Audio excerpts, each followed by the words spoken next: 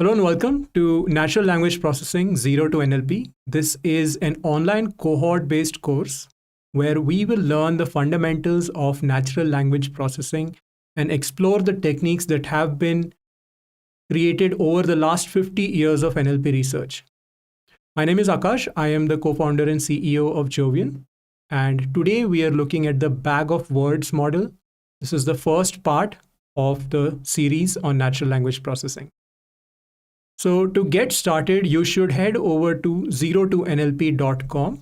That is zerotonlp.com, which will bring you to this course page, Natural Language Processing 0 to NLP. All the material for the course, all the lessons, assignments, discussions, everything will be located here. And this is a cohort-based course. So when you enroll into the course, you will be added into a batch. The batch that is currently ongoing is the November 2022 batch. Now, this course is a practical introduction to some modern natural language processing techniques, tools, and machine learning models. And the course takes a coding-focused approach towards understanding and applying ideas from over 50 years of NLP research. We will be applying these ideas to real-world problems and datasets from day one. Now, this is not a completely beginner-friendly course. There are some prerequisites here. You will need to know some data analysis with Python. You will need to know Python programming. You will need to know how to use the NumPy and Pandas libraries, maybe also some visualization libraries like Matplotlib or Plotly. You will also need to know machine learning with Python. And we have courses on both of these topics, data analysis with Python as well as machine learning with Python. And later on in the course, we will look at deep learning for natural language processing, for which you will need to know deep learning with PyTorch. Now, basic knowledge of these topics is enough. And if you do not have knowledge of these topics, then you can also go ahead and start taking these courses alongside. I would recommend starting with data analysis with Python. It's a great introduction to programming and data analysis. I hope you've enrolled into the course by this point. And if you have, I would also encourage you to go ahead and share the course. So share the course with your friends or on social networks. Invite your friends to also learn along with you, and you can compete with them. We have a leaderboard as well. Now, a quick overview of what we are going to cover in the course. We are going to start with text classification with the bag of words model. This is what we're looking at today. We will start with an overview of some text pre-processing techniques. We will talk about the bag of words model, why it works, how it is created, and then we will apply machine learning for text classification. Now, after every lesson, you will also have an assignment, and the assignments are currently being added to the course as we speak. They might have been added already by the time you watch this. But then we will move on to talk about the TF-IDF, the term frequency and inverse document frequency, vectors, and talk about document similarity. Then we will talk about recurrent neural networks and embeddings, which is the modern phase of natural language processing. Next, we will talk about language models and text generation. And finally, we will discuss transformers, pre-trained models, and fine-tuning. And once you've learned all of this, you will build a course project on applied natural language processing, where you will be able to build some fairly powerful projects, machine learning models. And then we'll also explore some of the frontiers in natural language processing, things like question answering systems and chatbots, machine translation and speech to text, and also things like image captioning and text to image generation. So there's a lot of material we are going to cover over the next 6 or so weeks. So I encourage you to stay on track and keep coming back to the course page. And once you're enrolled, you will also receive announcements. So you'll be able to check out some announcements here on the announcements tab. And all important announcements related to the course, whenever assignments are released, whenever deadlines are coming up, all of them will be posted here. And if you have any questions at any point, any technical questions, you can post them in discussions here. You can go ahead and start a discussion. And you can start a discussion with everyone in the course, or you can start a discussion just with the course admins, just to communicate with us privately. Then you'll be able to access whatever is the live stream page for the course using the classroom link. And then we have a leaderboard. As you complete lessons and assignments, you will receive points, and you can try and stay at the top of the leaderboard. And finally, there is also a Slack community that we have set up for you. So just open up this link called Slack group, and here you will be able to come in and join in our Jovian Slack community. And here within the community, you will be able to interact with other members of the community. So you can check out announcements, and then you can go ahead and introduce yourself here. If you want to start some discussions, you can go ahead and check the discussions channel. You can also share your work. You can participate in course related discussions. Specifically for this course, you want to check out the channel 0 to NLP. So you can chat with us, with other members of the course on the Slack community as well. Finally, once you complete this course, you will earn a certificate of accomplishment.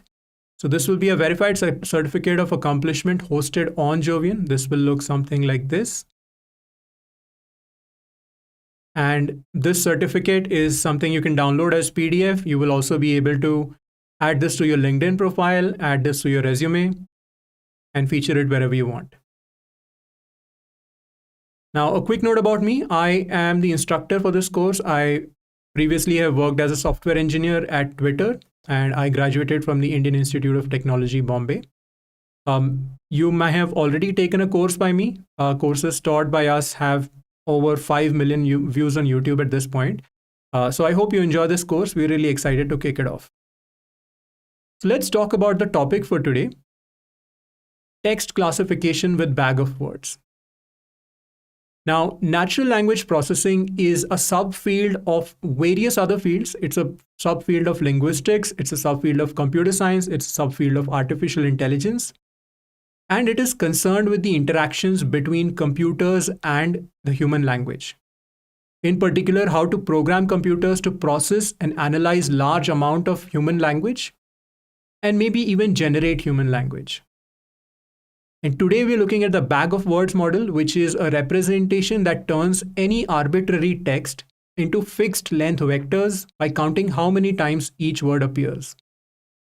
And this is done because computers and machine learning algorithms know how to work with numbers, but they do not know how to work with text. So the fundamental process in natural language processing is to take some text and convert that text into numbers. And everything that we're going to do in this course is ultimately going to amount to taking some text and converting it into numbers in different ways, in making sure that the representation that we come up with is closer and closer to how we ourselves perceive natural language. So we'll start with the simplest possible model, which is bag of words, and keep making it more and more interesting. Now, on this page, you can watch a recording of the lesson. And you can also see the code that we are writing. So all the code that we are writing is available on this page as well. If you have questions at any point, you can go ahead and start a discussion from this page too. And all the resources that we will be talking about today, all the important links, are all available in the resources tab. Now, once you're done with this lesson, you will see a tick mark here. So you click the tick button and then you can mark this lesson as completed. Soon we will be adding some questions that you will need to answer to complete this lesson. Now here is the code. Here is all the explanation, and here is the code that we are going to be writing today. And the way you can write this code yourself is by clicking Run and then clicking on Run on Colab. So this code that you're seeing here, the explanation, is a Jupyter notebook, and you can click Run on Colab. And Google Colab is an online Jupyter Notebook execution environment provided by Google. We'll see that in just a minute. And it is connected to your Google Drive.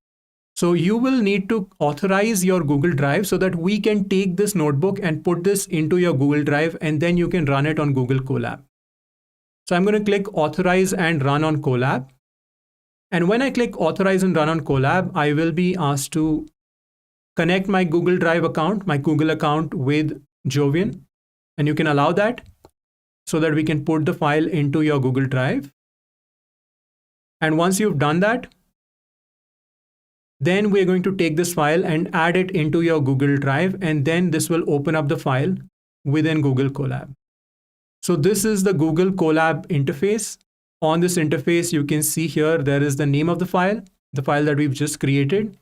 Then if you have a paid version of Google Colab, you'll see Google Colab Pro or Pro Plus. I recommend getting it for this course. It's a small cost, but it'll be useful because it will save you time.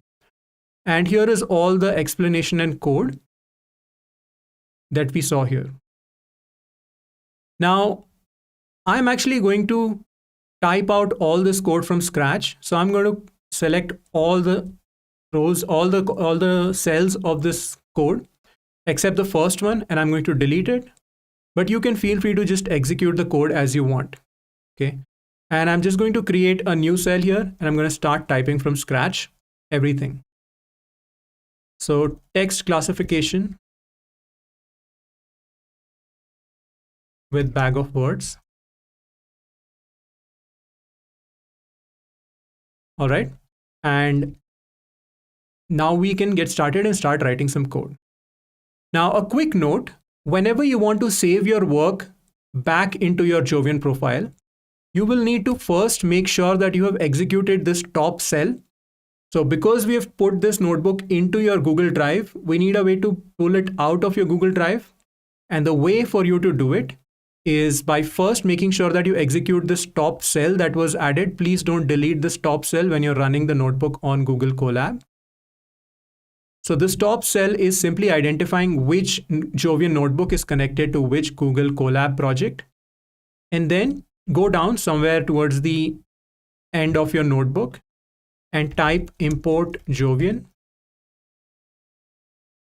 and jovian.commit. Now, when you type jovian.commit, you will be asked to enter an API key. And you can get your API key by simply going to jovian.ai, signing in, and there's a button here to copy the API key. So just copy the API key and put it back in here. And that is going to save this notebook and put it on your Jovian profile. So now you can check out this notebook on your Jovian profile. So you can see here all the changes that I've made have been saved into a new notebook. And I can go back here. I can go back into my profile and I can go back into the notebook section. And the same new notebook that I just created is available as well. Okay. So all of this is just to tell you that you can first click run, then you can go run on Colab, and then you can run the notebook. And then once you have made some changes into this notebook and you want to save your own version, make sure that you've at least once run the top cell. And after making your changes, first save your changes into Google. So just say Command S, so save your changes into Google Drive, and then run jovian.commit. And that will take the notebook from Google Colab and put it back into your Jovian profile. So that's just a little bit of housekeeping to make sure that you're able to run the notebooks properly and you're able to then save your work and bring it back to Jovian. So the next time you want to continue your work, you can just go back to the notebook on your Jovian profile and go ahead and run it. Okay. So text classification with bag of words. What exactly are we going to cover today? So here's an outline of what we're going to cover. We are going to start by looking at a Kaggle dataset. So we are going to download and explore a Kaggle competition dataset.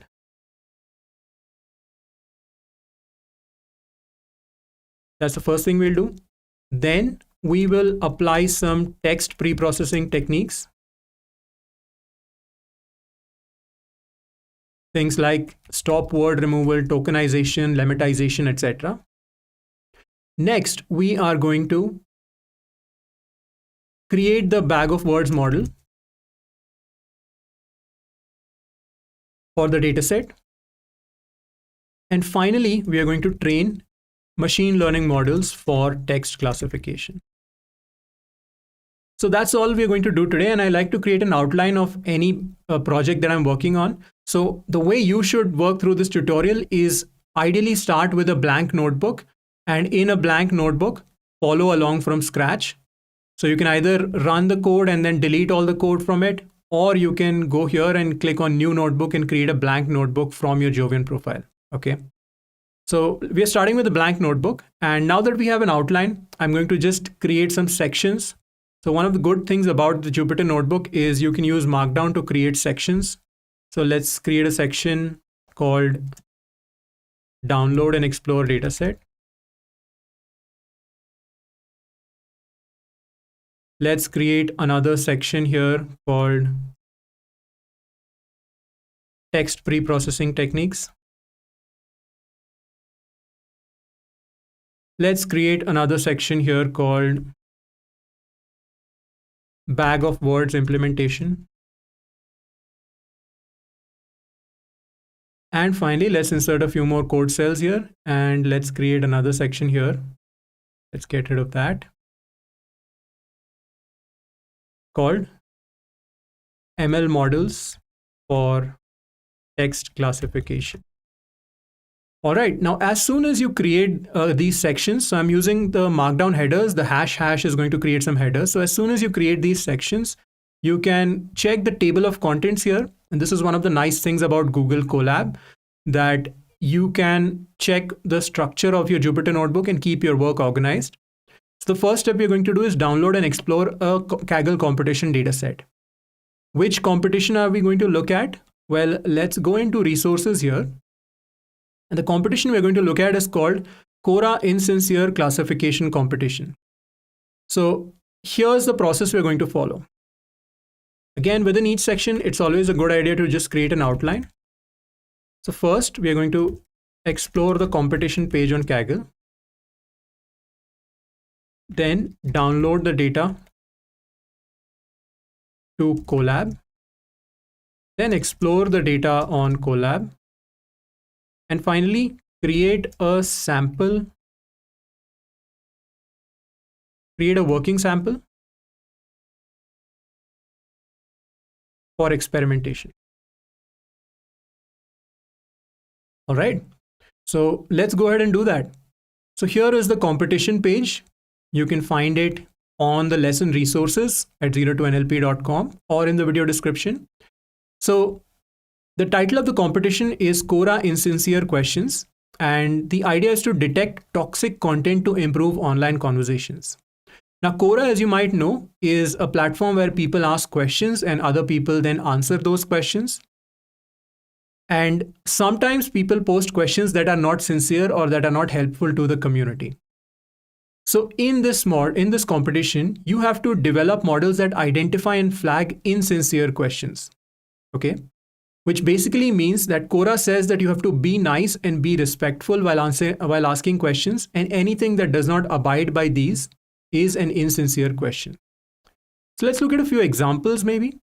Now, if you go into the data tab, in the data tab of the competition, and I encourage you to also read the description, you can pause and read the entire description if you wish.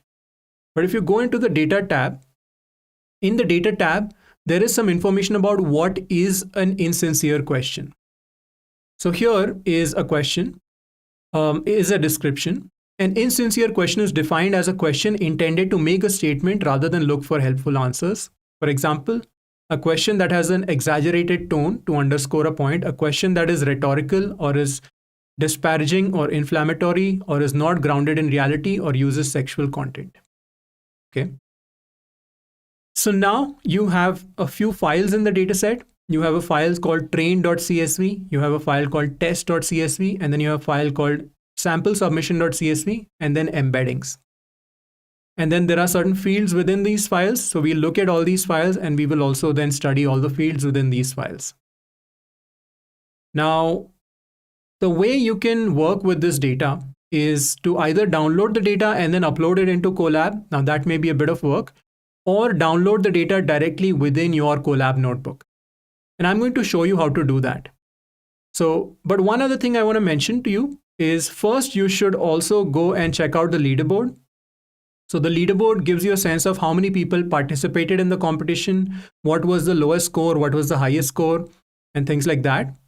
Now you will be able to submit to this competition, but because this competition has ended, you will not show up on the leaderboard. But because you can submit, you can use your submission history to find out where you would have landed on the leaderboard if you had participated in the competition. Now, during this course, we will work on this competition and we will start from the very bottom of the leaderboard from a practically 0 score, and we will work all the way up to the top.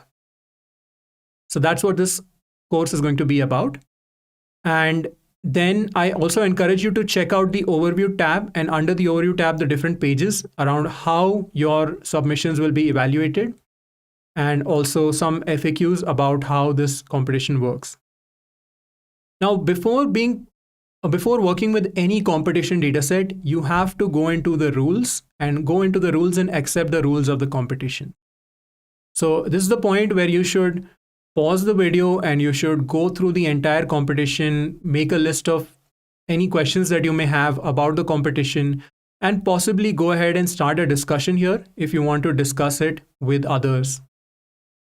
But I will come back here and I have already accepted the rules of the competition, so I'll be able to download the data. It's very important that you do that. And I'm just going to go ahead, come back to the overview tab and copy the link of the competition. So let me come back here and let me say dataset URL. And I'm going to paste the competition link here. So kaggle.com/competition/Quora and sincere questions classification.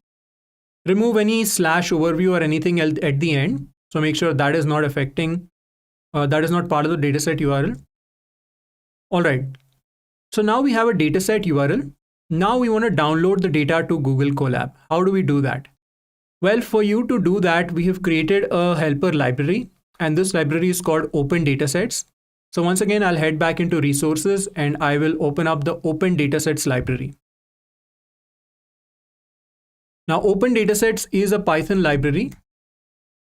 Open Datasets is a Python library for downloading datasets from online sources like Kaggle into any Jupyter Notebook environment. So first we need to install the library. So first I'm going to install the library by going to the Colab notebook and then simply typing !pip install open datasets --upgrade --quiet. And that is going to install the open datasets library for me. And while that's happening, let me also just create a quick subsection. So I have used the level 2 header to create the section. I'm going to create a subsection called download data to Colab.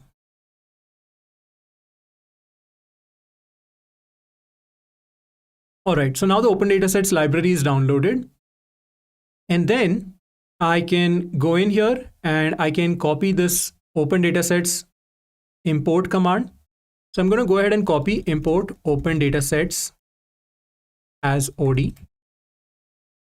It's done.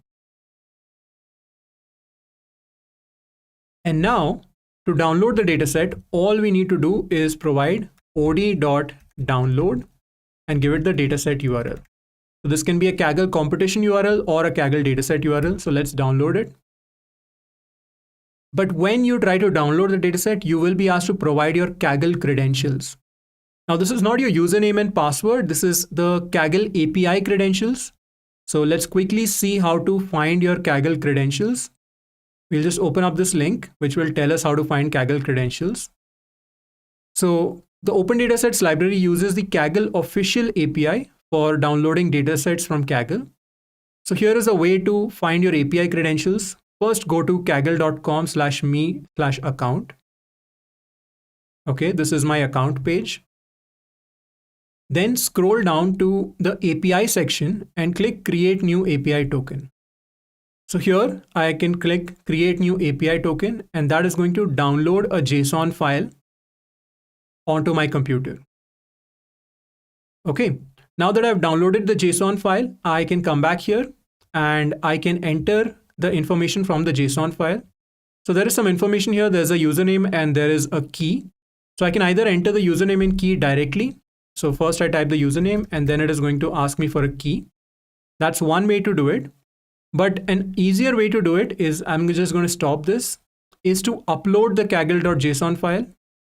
So here I'm uploading the kaggle.json file into Google Drive. So there is a files folder there's a folder icon on the left and you can upload the Kaggle JSON file and then run od.download dataset URL.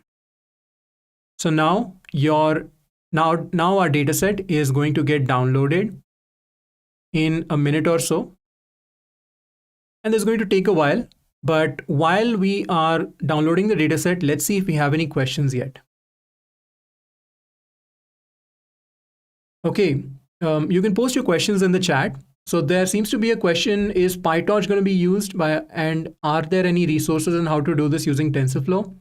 Well, we are planning to use PyTorch, but you should be able to replicate it within TensorFlow as well. We'll see at the point when we get to these lessons. We'll see if we can share some code for TensorFlow too. Let's see if there are any other discussions or any other posts here. Okay, not yet. So if you have any questions, please post them in the chat or start a new discussion. All right, let's see if our dataset is downloaded yet.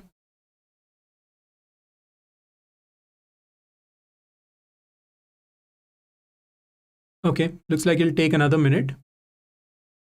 Now, one thing you can also do is in the data tab, you can scroll down and actually browse some of the data directly.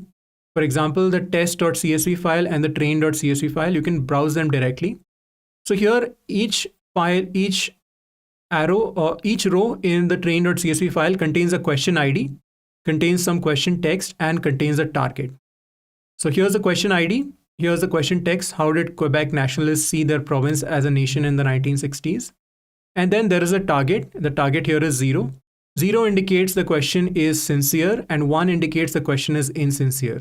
So that is something that is indicated, that is mentioned here. So insincere is 1 and 0 is sincere.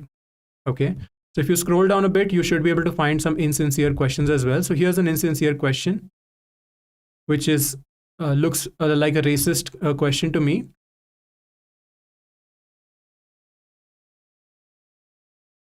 Yeah, so you can scroll down and browse some more insincere questions.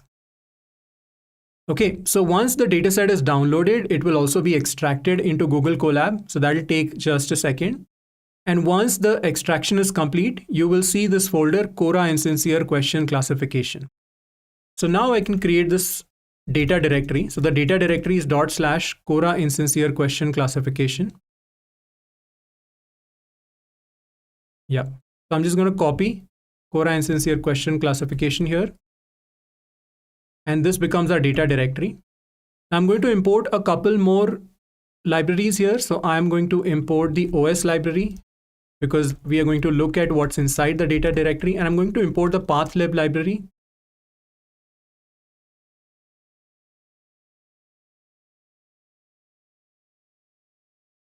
And let's just make this a path. This is a Python 3 path, which will be slightly nicer to work with. Okay, so now we can check what's inside this directory by using os.listdir, data dir. Let's run that. And looks like inside the directory Cora Insincere Question Classification, there is a sample submission.csv, a train.csv, a test.csv, and an embeddings.zip. Not something we'll use right now. Now, let's open up the train.csv file using the pandas library. So I'm going to import pandas as PD. And then I'm going to call this raw data frame because this contains the raw training data. Raw df equals pd.readcsv data dir. And because this is a path variable, I can use / to create a subpath and then simply pass the name of the file.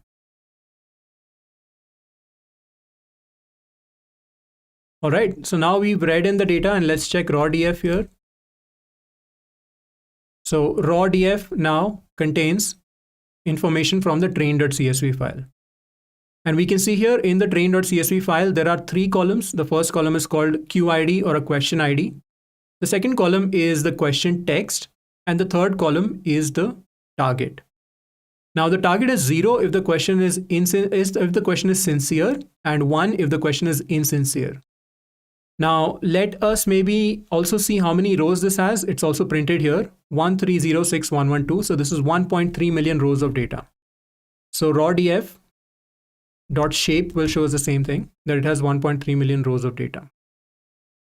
Let's look at a few example questions. Maybe let's look at the first question. So raw df dot question text, and question text is going to give us a series, a pandas series. containing all the questions. And then from the question text, if we want to get the first value, we can say value 0. That's going to give us the value number 0. So here's the first question. How did Quebec nationalists see their province as a nation in the 1960s? Now, obviously, to process this text and then make a prediction whether this is a sincere or insincere question, we will have to convert this into numbers, and that's what today's tutorial is all about. Let's look at a few sincere and a few insincere questions. So let's get raw df and let's filter out raw df dot question text equals 0. So these are all the sincere questions. And let's pick a sample. Let's pick a sample of 10 questions. And let's look at the question text from these. And let's look at their values.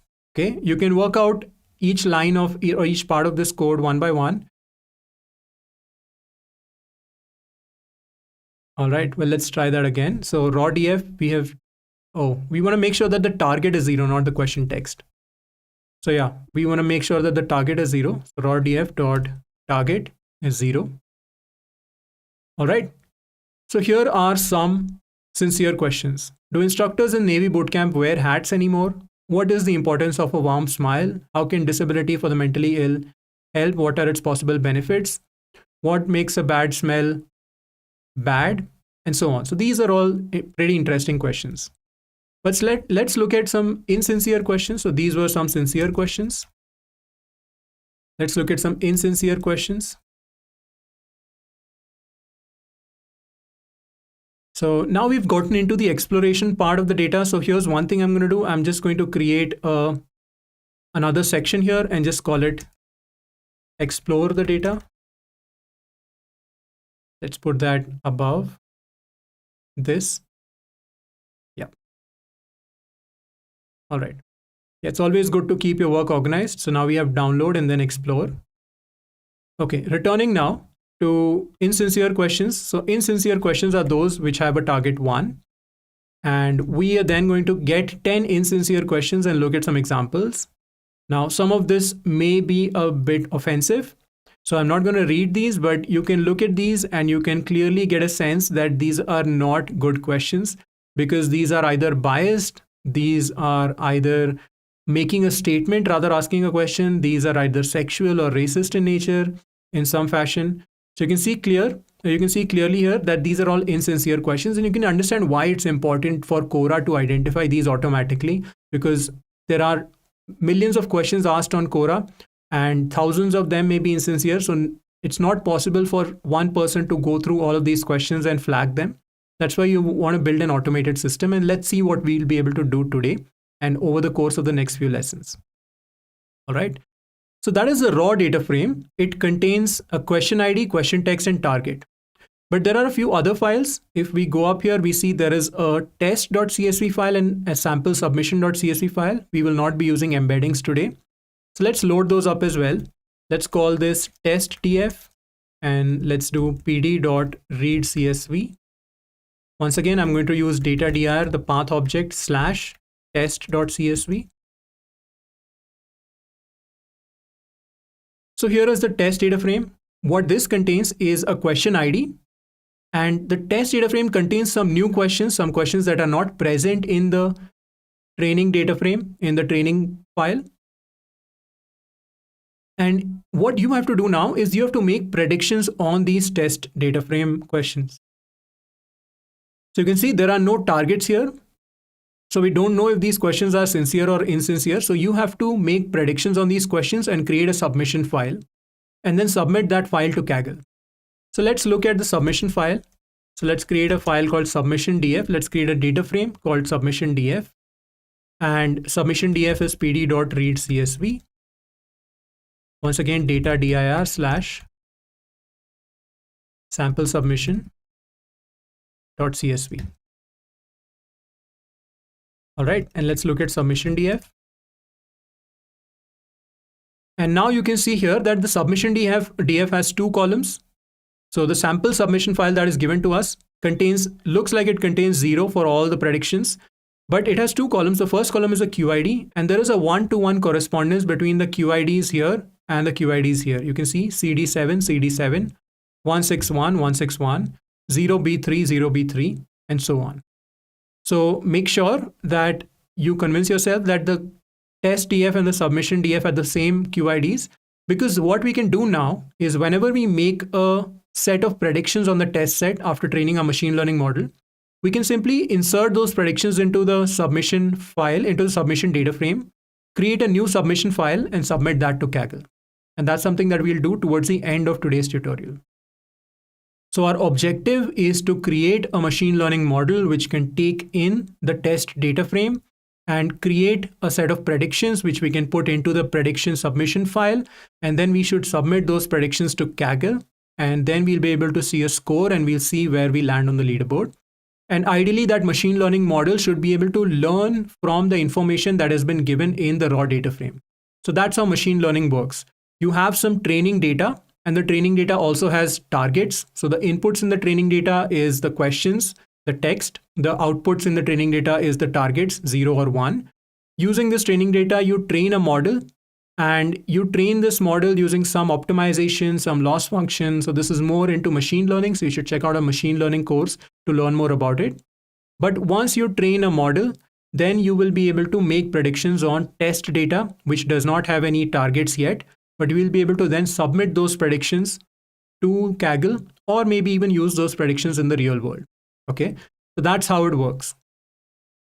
All right, so now we are done with a basic exploration of the data, but I encourage you to explore it a little further. For example, I may ask a question: what is the distribution of sincere and insincere questions? Now, if you ask a question like this, the way to do it would be maybe first look at raw DF and then look at the target. And the target is simply zeros and ones. And I can do value counts. And that tells me that out of the 3 million, 1.2 million are 1.22 million are sincere questions, and only about 80,000 are insincere questions. So that's a huge thing, because that makes me think that we may need to deal with this class imbalance at some point. You can also make a histogram out of this, or a bar plot. So let's just say plot kind equals bar. Again, all of this is something that you will learn in data analysis, but here you can see, and if you just pass normalize equals true. So you can see about 90% of the data, maybe more than 90% of the data is, in fact, we can see what exactly that fraction is. So 93.8%, almost 94% of the data is sincere questions, and only about 6% of the data is insincere questions. So think about it. If you just predicted that a question is always sincere, you would have 94% accuracy. But that would not mean much, because 94% of questions are by default sincere. So that's why accuracy is not a good metric here. And that is why in this competition, if you go under evaluation, your submissions will be evaluated using the F1 score. Okay, so I'll let you learn about the F1 score. I've shared a resource here about the F1 score. So the F1 score is basically this. It is the harmonic mean of the precision and recall. And precision and recall are computed using true positive, true negative, false positives, and false negatives. Okay, so we'll get into these later within the course. But for now, the only thing we need to understand is that accuracy is not a good metric for this project, because there's a huge imbalance, and even always predicting the value 0 is going to give us 94% accuracy. So that's not very useful.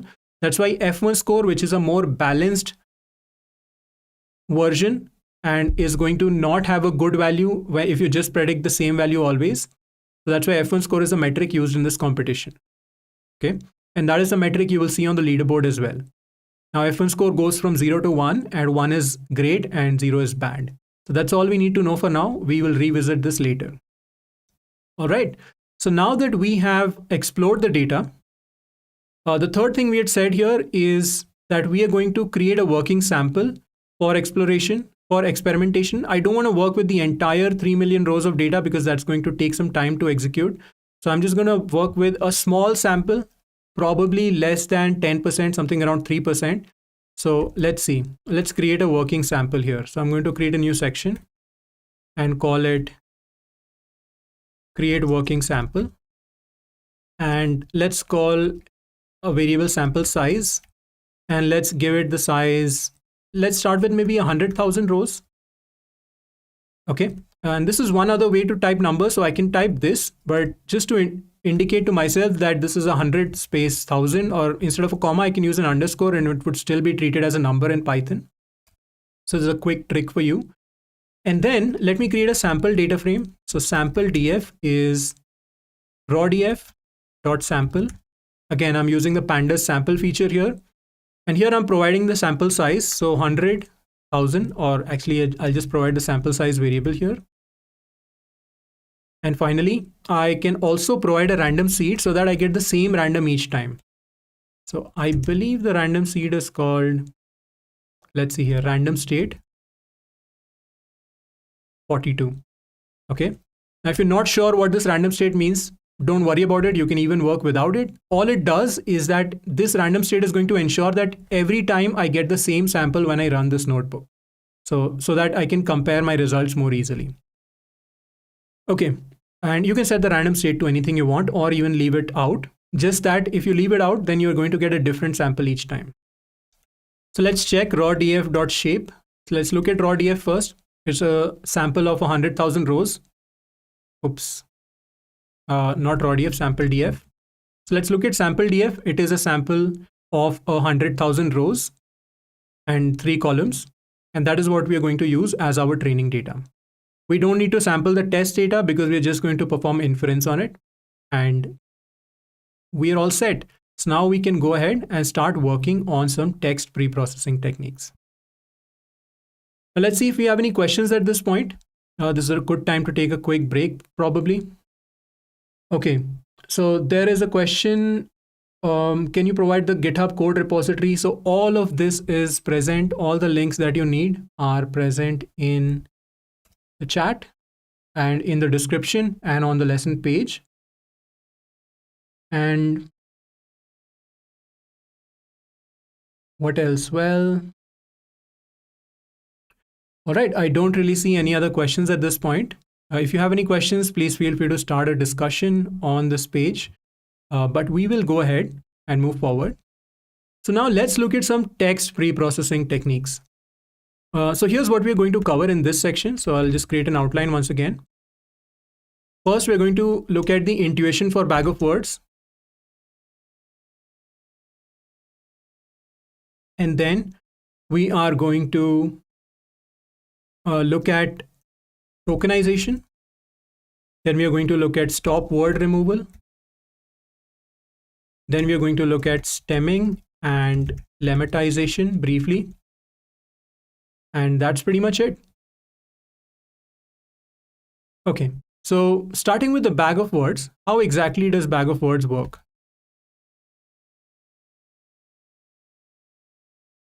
So we said earlier, if we go back to the lesson once again, so we said earlier on the lesson, if we check the lesson notebook once again, that the bag of words model is a representation that turns arbitrary text into fixed length vectors.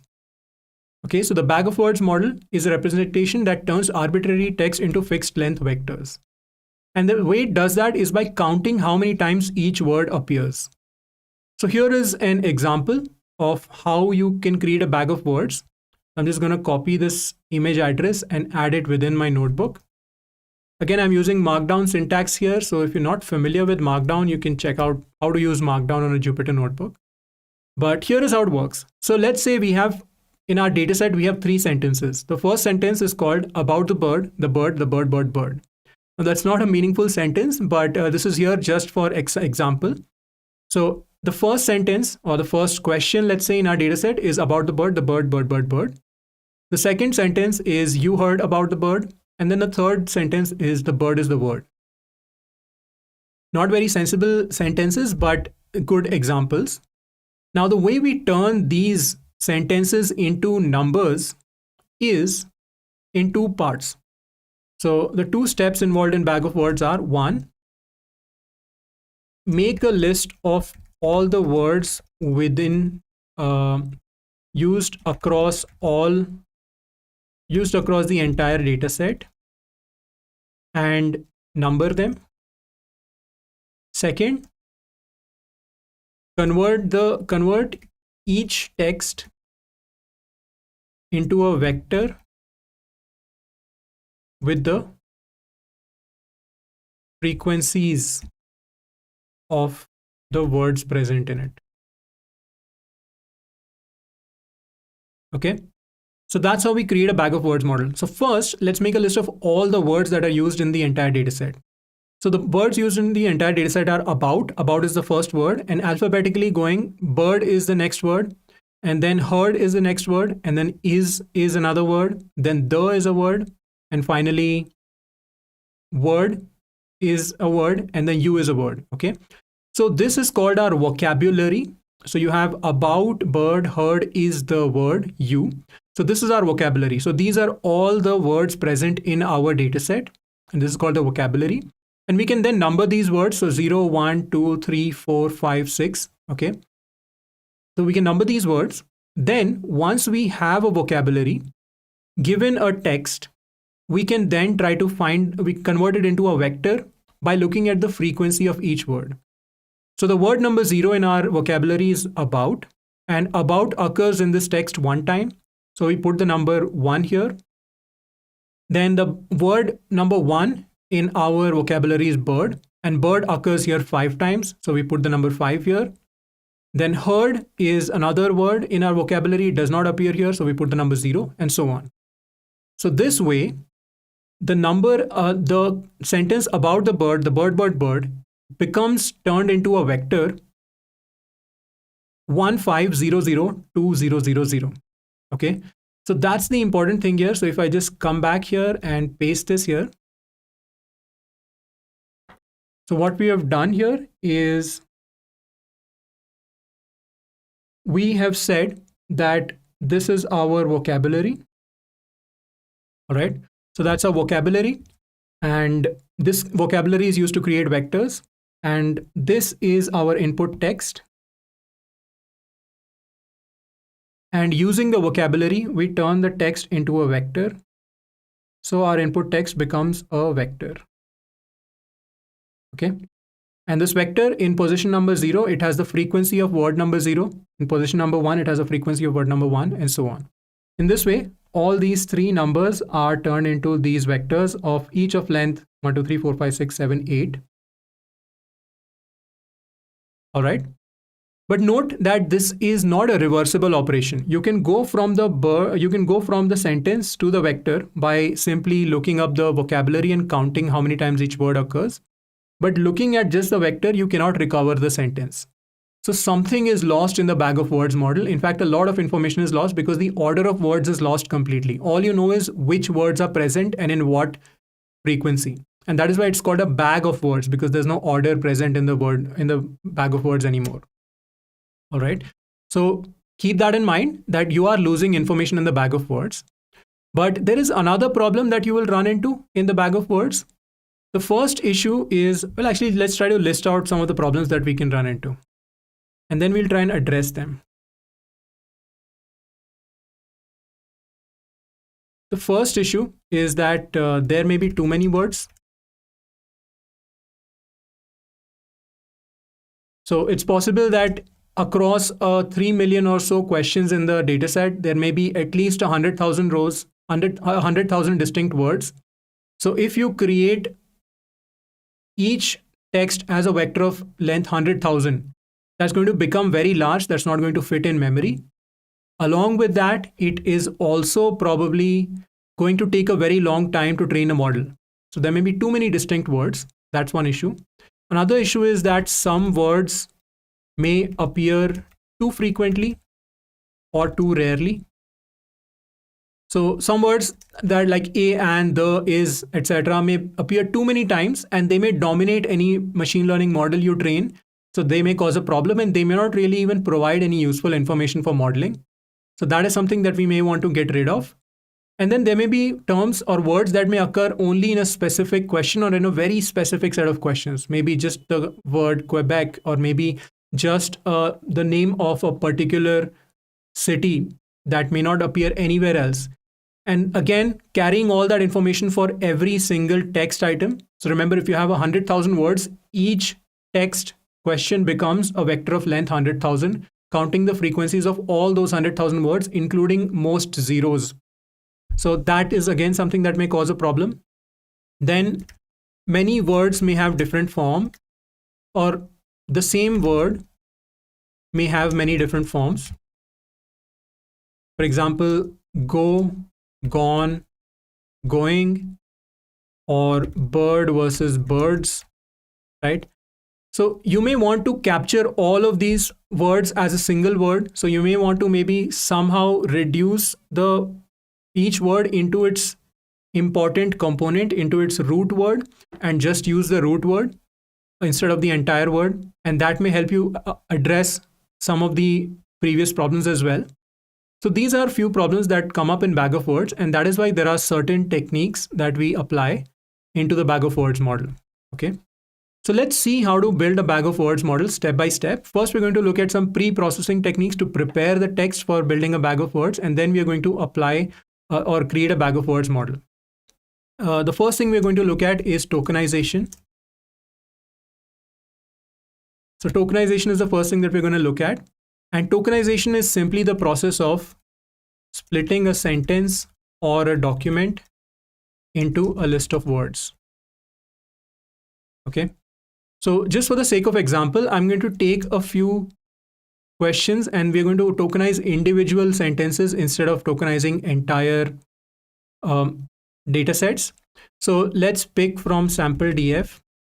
Let's pick a sincere question. So sample DF dot target equals 0 dot question text dot values. Let's pick sincere question number 1 and let's see what that is.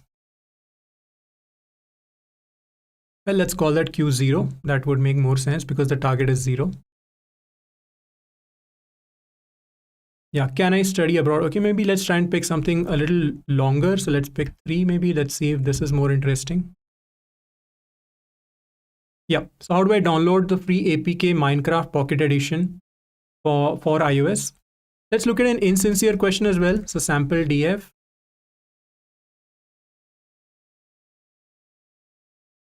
Sample DF dot target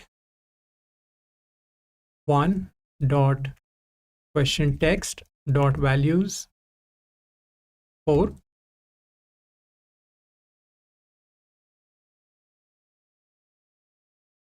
Okay, maybe let's try 2. I'm looking for something that's long. Yeah, so looks like this is long, or let's try another. This looks too long. Okay, this looks too short. Yep. So I guess I'm going to go ahead with this.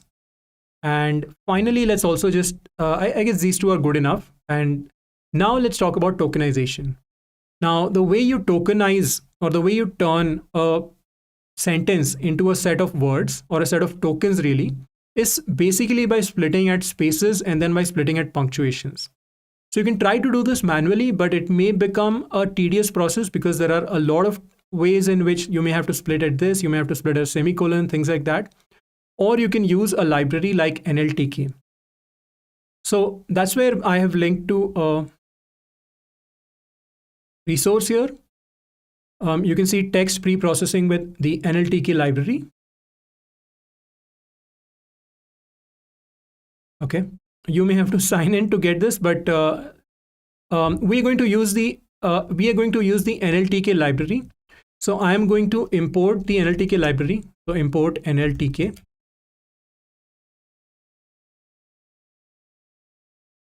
Let me move tokenization down a little bit so that we start exactly from the point where we start tokenizing. And I'm just going to go online and search. This is how I do most of my coding.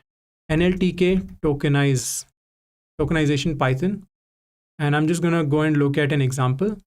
So this is the official documentation.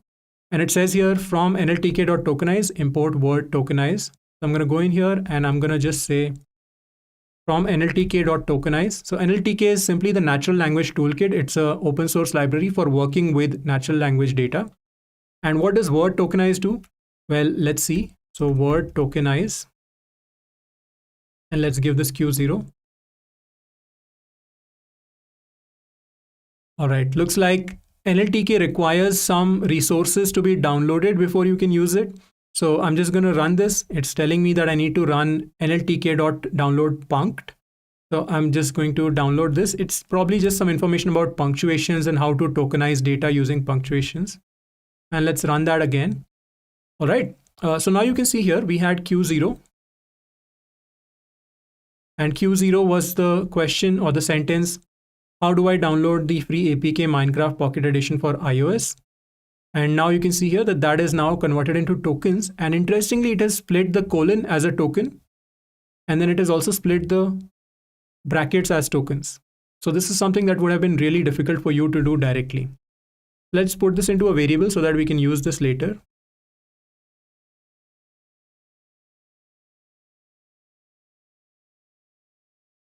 And let's do the same with Q1. So this was Q1. And let's do Q1 underscore TOK equals word tokenize Q1. Let's check that. And once again, you can see that it is going to split if Macedonia is supposedly purely Greek. So you can see that the quotations are split as well, and it is differentiating between start of quotations and end of quotations. So it's doing all of that. And yeah, then otherwise it's a fairly straightforward question to tokenize. All right. So that is the first step, which is breaking text into tokens. That is how you start processing the text. Now the second step is stop word removal. So what is stop word removal? Well, stop words are the words that occur very frequently. So so words like is, so, to, and, etc. Since we're counting frequencies, these words are likely to occur in pretty much every sentence and may not be giving us a lot of information about what this sentence does. So that's where you might want to remove these stop words. And again, the way to remove stop words is to do it using NLTK. So I'm just searching NLTK Python remove stop words. And looks like there is an example here. So I'm just going to use that example, or you can also look up the official documentation.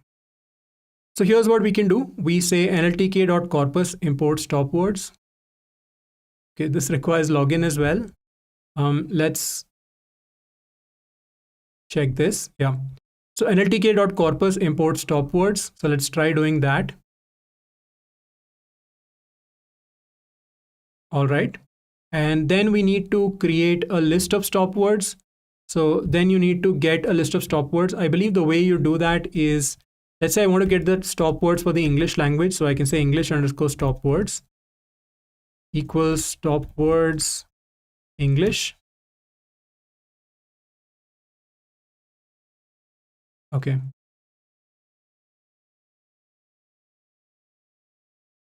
Let's try that again. Yeah, stop words dot words. Okay. So the way to get the list of stop words in the English language is to say English stop words equals stop words dot words English. It's not something you have to remember, something you can always look up. And then it says that you need to download something. So you can go back and download this. So I'm going to go up here and I'm going to download this. So let's download stop words.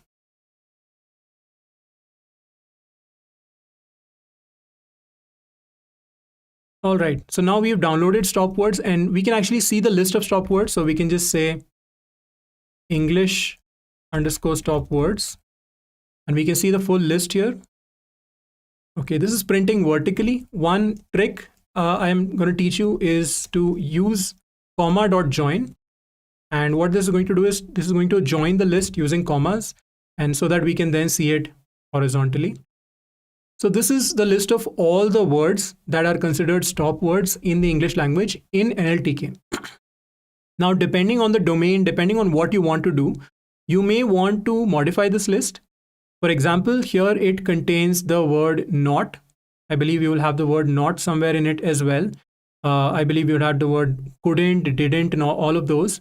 Now, that's fine for a insincere question analysis, but that may not be good or well suited for sentiment analysis. Let's say you're performing sentiment analysis of tweets, then you may want to retain the word not.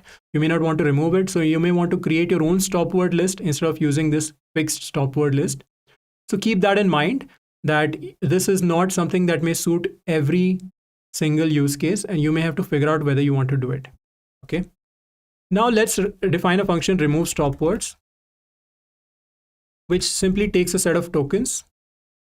And after taking a set of tokens, it simply returns word for word in tokens if word not in stop words or English stop words. All right. So it's always useful to create these small functions that can help us out. So now let's create Q0 underscore STP or Q0 with stop words removed. And let's get that from Q0 underscore TOK. Remember, Q0 underscore TOK is our tokenized question 0. All of this. And let's do Q0 underscore TOK and let's call remove stop words.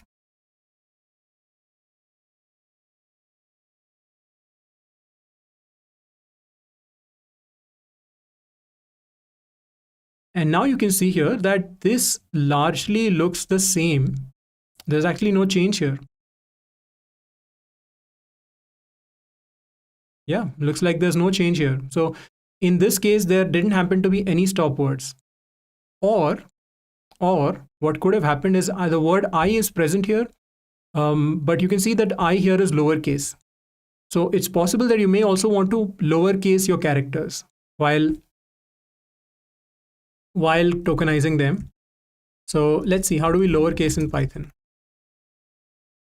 So dot lower is the built-in method. So word dot lower, and maybe I also want to just return the lowercase word instead of the actual word. All right, so now let us remove stop words again. And now you can see I is gone, do is gone. So now how do I, all of those are gone. It just says download free APK Minecraft Pocket Edition iOS iPhone. For is gone as well. So a lot of stop words did get removed. Let's try that again. Let's try that now with Q1. So here is, let's create Q1 STP, remove stop words, Q1 STP or Q1 TOK. And let's look at Q1 STP, the one with the stop words removed. And then let's look at Q1 TOK for comparison.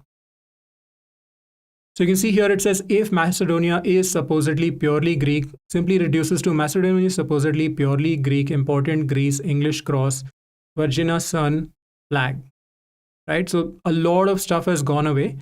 This may not necessarily be a good thing, but one thing that it does for us is it reduces the size of our vocabulary significantly, and it reduces the effect of words that occur very frequently in every sentence and hence may not be very useful for modeling.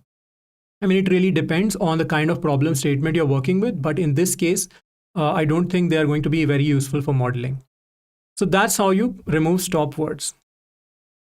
So now we have split words into tokens. We have removed stop words. One other thing we may have to fix is what is called stemming. So stemming is simply dealing with the problem of go, gone, going, convert all of them into go. And maybe also say bird, birds, and singular, plural, things like that, convert all of them into bird, right? So stemming, the idea here is that you remove the suffix from each word so that it reduces to a small root. And there are certain stemming techniques that are implemented within NLTK. So I would again just search NLTK stemming. And here I would just find the documentation.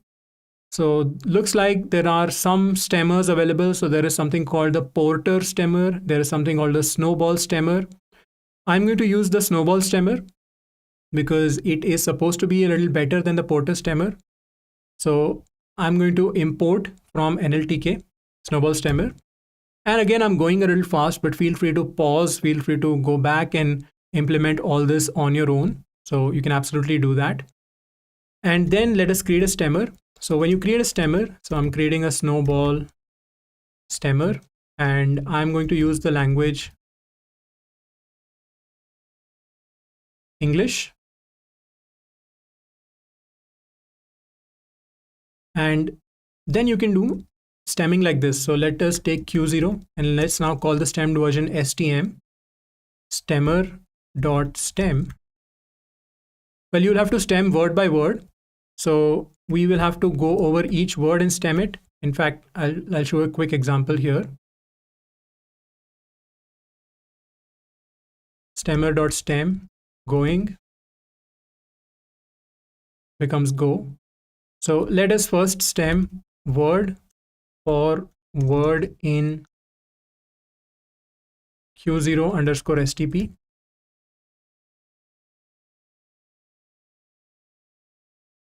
I could define a function as well, but I've just not done that. And now here, there doesn't seem to be too much of a difference because all of these, okay, looks like iPhone, the E got removed. IO, I'm not sure what the IO was. Let's see, let's compare that with Q0 STP.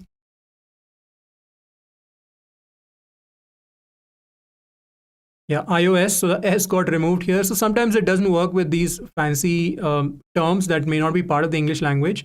But you can see that some effect has been made. Maybe on the Q1, there might be a bigger difference. So Q1 underscore STM is, again, let's do stemmer.stem Q1 underscore STM word for word in Q1 underscore STP.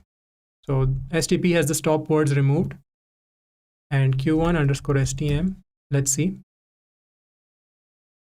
Okay, so there is definitely some stemming happening here. So if I just go back to Q1 underscore STP, you can see that supposedly has been reduced to suppose because it could be supposing, it could be suppose. So it just reduces it to the root, the most common shared root between all the word forms. Purely has been reduced to pure, and important has been reduced to import. So may not be perfect because stemming is algorithm based. It's not looking up a dictionary here, but it works. Another way you can do this instead of stemming is by using something called lemmatization. Now, I'm not going to go into a lot of depth here, but the way lemmatization works is it takes the word Macedonia or supposedly, it takes the word supposedly and it looks up in the dictionary the root form of supposedly. Okay, so again, you can search NLTK lemmatization and you will find some tutorials like here. Let's try that again. Yeah, how to lemmatize words with NLTK. And what happens is here, what it does is you use something called the WordNet lemmatizer. So you import the WordNet lemmatizer from nltk.stem. Then you print, then you simply lemmatize different forms of the word like love, loving, loved. So it works just like the stemmer, except that all of these are going to be reduced to the root word love, which is present in the dictionary. So it's actually going to look up a dictionary. Now, the problem with this is that you need that dictionary and you need those mappings of all the word forms mapped to the root word, and you need to look it up, which can be very slow. So in practice, stemming generally works well enough, and you may not want to do lemmatization because that may significantly slow down the tokenization process. So here I am leaving this as an exercise to you. But you can go ahead and try lemmatization later on as well. Because ultimately stemming or lemmatization are only for getting to the root form, and then we can convert those. Each word is going to be represented using a number, using a vector number anyway. So we're not really interested in whether the word makes sense or not. What we're interested in, that we are capturing all forms of the word under a single heading. So that's why I'm leaving lemmatization as an exercise, but for human readability, sometimes lemmatization will be a better approach. All right. So with that, we've completed the second part of the lesson, which is text pre-processing techniques. So we looked at the intuition of the bag of words, that each text is going to be represented as a vector, and the vector is going to contain the frequencies of the different words in the dictionary. The dictionary is simply the set of all the words that occur across all the questions that we have in the data set. And to do that, the first thing that we do is we tokenize. The second thing that we do, which is turning a sentence or a document into a single, into a list of words and tokens specifically. Then we remove some stop words. Then we do some stemming. And now finally, we are ready to implement the bag of words. And the way the bag of words model is implemented is using something called the CountVectorizer. So here's what we're going to do in this section. We're going to first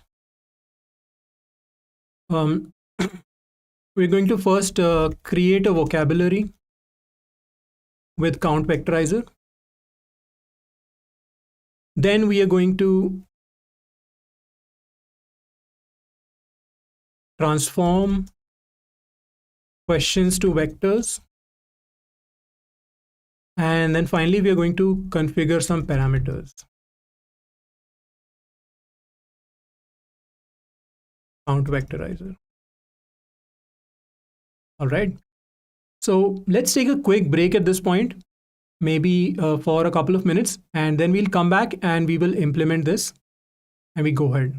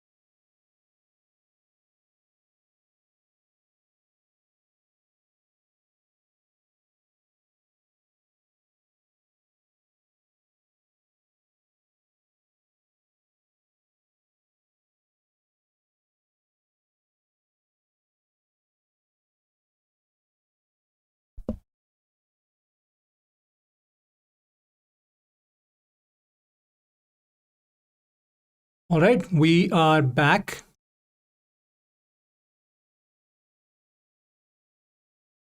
And there are a few questions, so let's just go through the questions before we continue.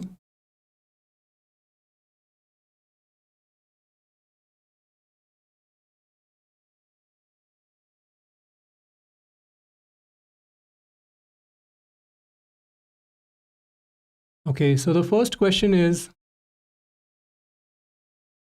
can we pass class weights to our classifier while building the model and not use any sampling technique?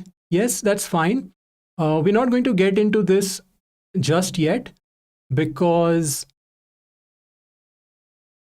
we're not going to get into this just yet because we are not going to train a very optimized model right now. Right now, we're just trying to see how to train a model, but in future lessons, we will address this. Is the bag of words model used in the real world, aka in production, and is it still relevant given the many issues with it?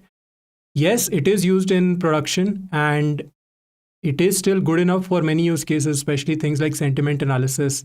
It's actually not that bad, but of course, there are much better techniques today. So but still a good starting point. Let's say before you do a fancy neural network, you may want to maybe quickly run it by bag of words and see how well it performs to begin with. Moving forward, first we are going to create a vocabulary with the CountVectorizer. Then we are going to transform questions to vectors. And then we're going to configure some parameters for the CountVectorizer. All right, so let's go ahead with that and let us create a section here. Create a vocabulary. Let me hide that for now. So I'm just going to go online and search CountVectorizer. This is part of the scikit-learn library. So it's going to show up as a search result. And this is the information that you need to know about it. It is a way to convert a collection of text documents into a matrix of token counts. That's basically a fancy way of saying creating a bag of words. So let's just see how to use it. The way you use it is it's part of the sklearn.featureextraction.text module. So you might want to install scikit-learn if it's not present, but it is present. So I'm just going to say from sklearn.featureextraction.text import CountVectorizer. Okay. Now for the purpose of demonstration, I'm going to create a very small sample. So I'm going to say small df is sample df dot head, and let's just take the first 10 values.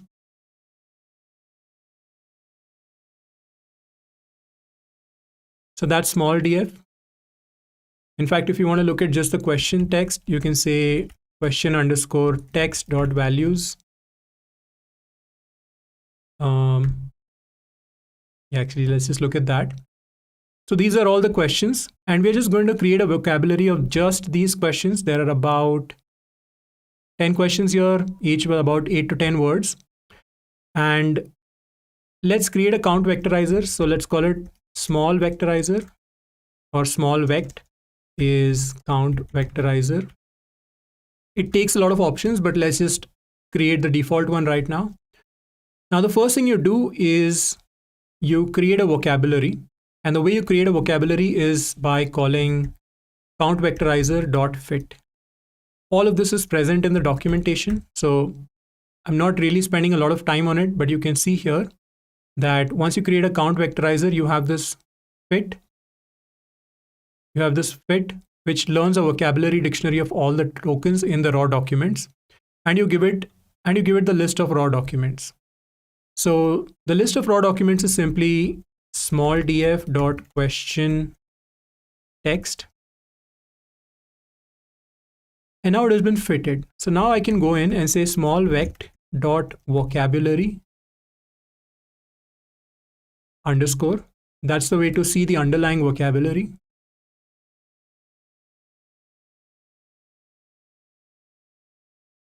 Yeah, so you can see that now we have the underlying vocabulary here.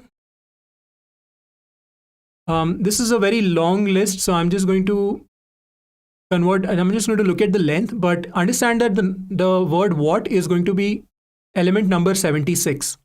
So when we convert words into vectors, we have not done that yet. We have currently only learned the vocabulary, which is a full list of words. And for each word, we have assigned a number. So when we convert words into vectors, this number is going to indicate at which position we are going to fill the frequency of this word. Okay. So let's check the length of this vocabulary, how large it is. It is currently using all the words. And remember, we're not doing any stemming, stop word removal, any of that. So there are about 80 words, 80 distinct words in the vocabulary. And you can also say small vect dot, I believe there's a get feature names out, you can use this.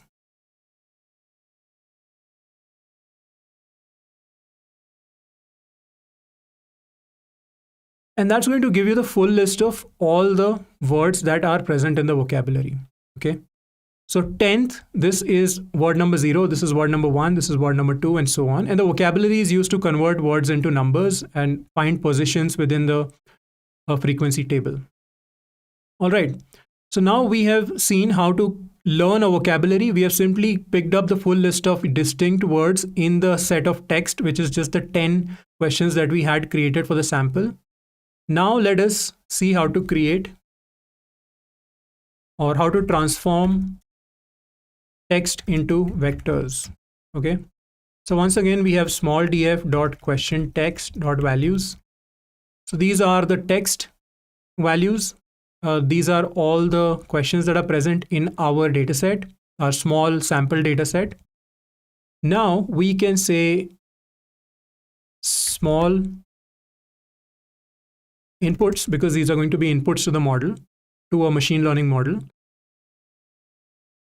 Small vect dot transform small df dot question text, and we don't need dot values, it can work with pandas series. So let's check small inputs. What is it? Well, it is a sparse matrix. So a sparse matrix is simply a matrix with a lot of zeros, because there are 80 words in the vocabulary, but in a particular sentence only about 6 to 10 words may occur. So there are about 70 or so zeros. So there is internally there is a more efficient representation for such sparse matrices, but you can always convert it back to a matrix or a numpy array by calling toArray. And here we have small inputs. Now you can see that each of the 10 words has been turned into a vector. So this represents the question number 1. What is the most effective classroom management skill or technique? And you can see that there are a bunch of zeros: 1, 2, 3, 4, 5, 6, 7, 8, 9, 10, 11, 12, 13, 14, 15, 16, 17, 18, 19. But at position number 19 there is a 1. So let's see what's at position number 19. I believe 3, 6, 9, 12, 15, 17, classroom. So the word classroom has a position 19, and you can verify that by looking at the vocabulary. And because of that, there is a 1 at position 19. So in this way, each text, each question has been turned into a vector.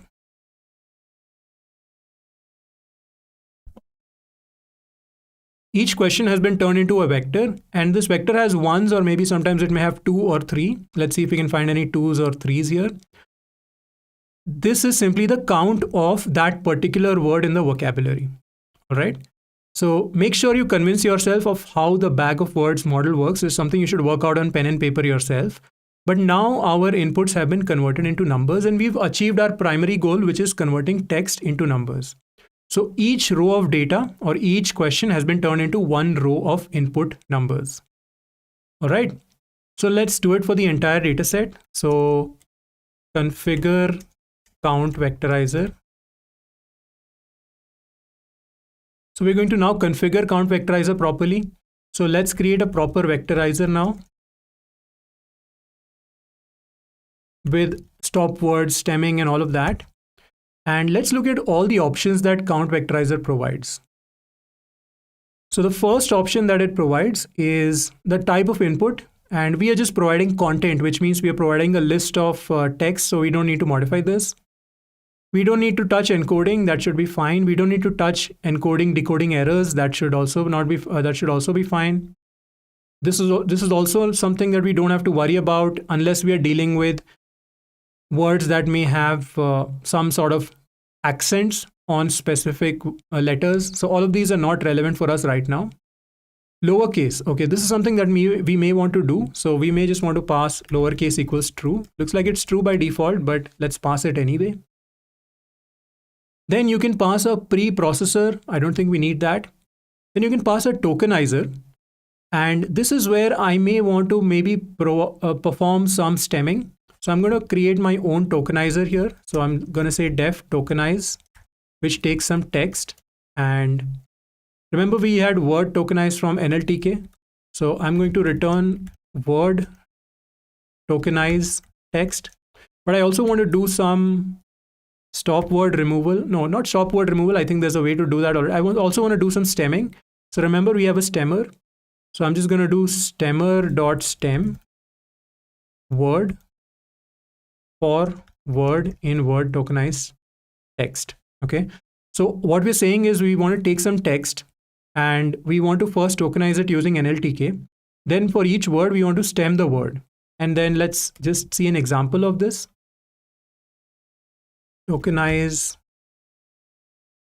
Let's start with maybe Q1.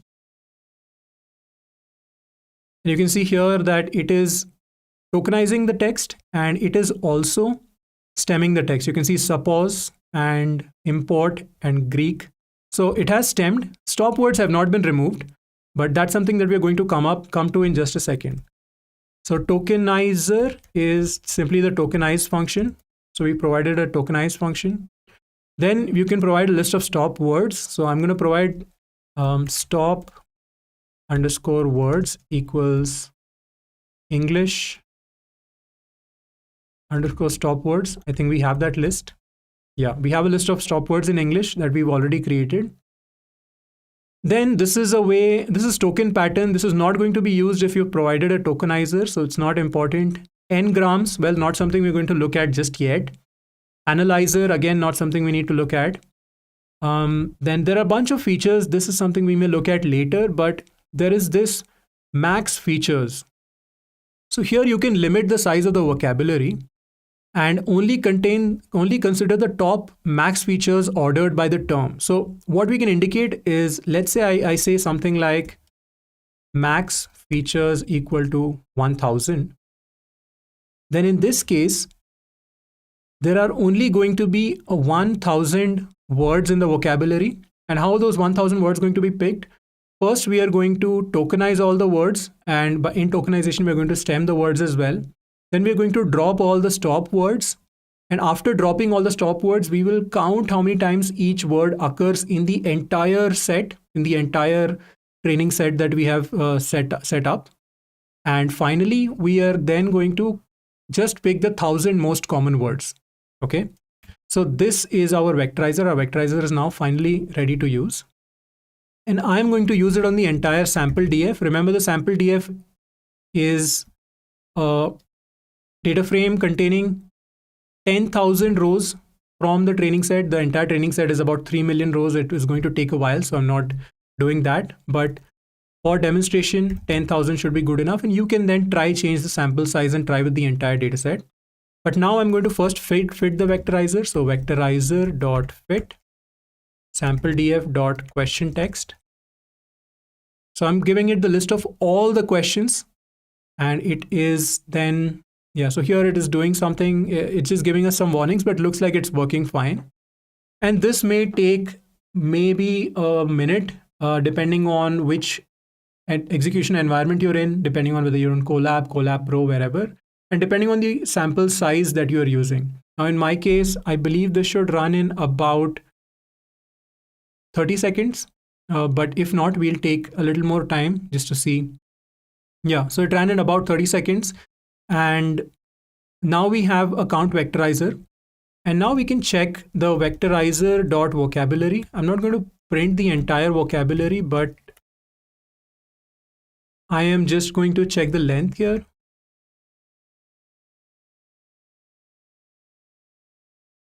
So there are 1000 words in the vocabulary as we have set, max features. Then let's check also the list of words and how is that done. So there is this get feature names out. So let's check that. Again, there are 1000 words. I'm not going to check them all, but vectorizer dot get feature names out.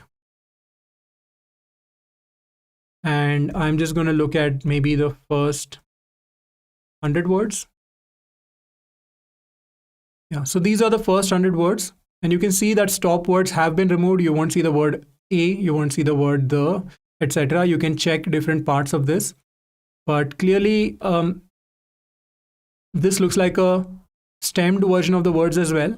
So looks like our vectorization worked properly. All right, so now we have trained our vectorizer. So now we have created its vocabulary. Now is the time for us to encode the data. So here we have our question text and we need to encode that into numbers. So I'm going to say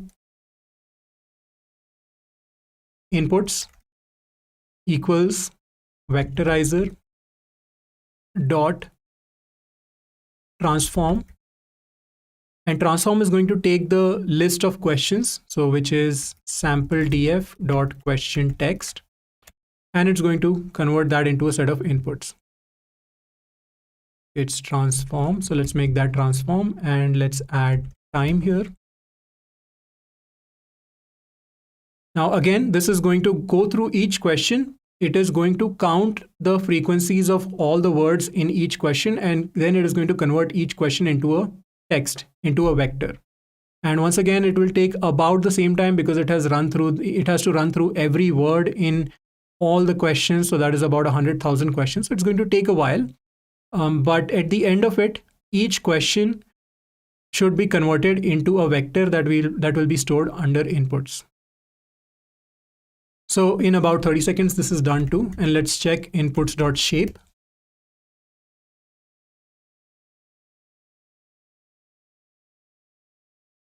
And inputs.shape is going to be 100,000. So for each of the 100,000 questions, we have one vector, and each vector is of length 1000 because we have set the vocabulary size maximum to 1000. And you can check inputs directly, but it's going to be a sparse array.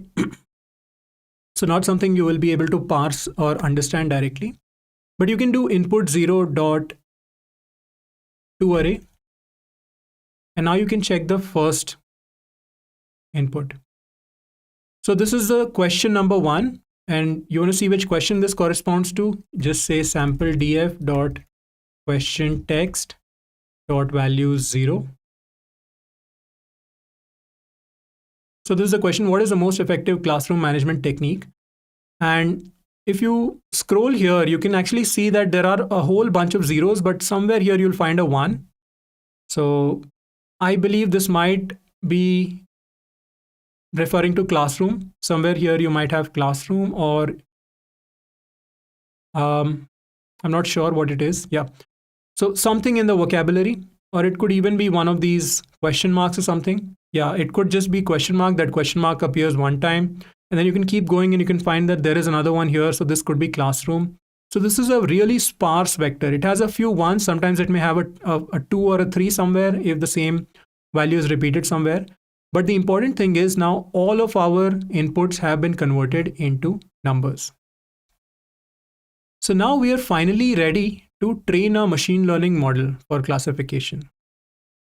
I'm just going to save my work once again. So I'm going to say import Jovian and jovian.commit, just so that after every few lines of code, once I've done something significant, I save my Colab notebook and I then run jovian.commit so that that notebook can be saved back to my Jovian profile and I can continue working on it later.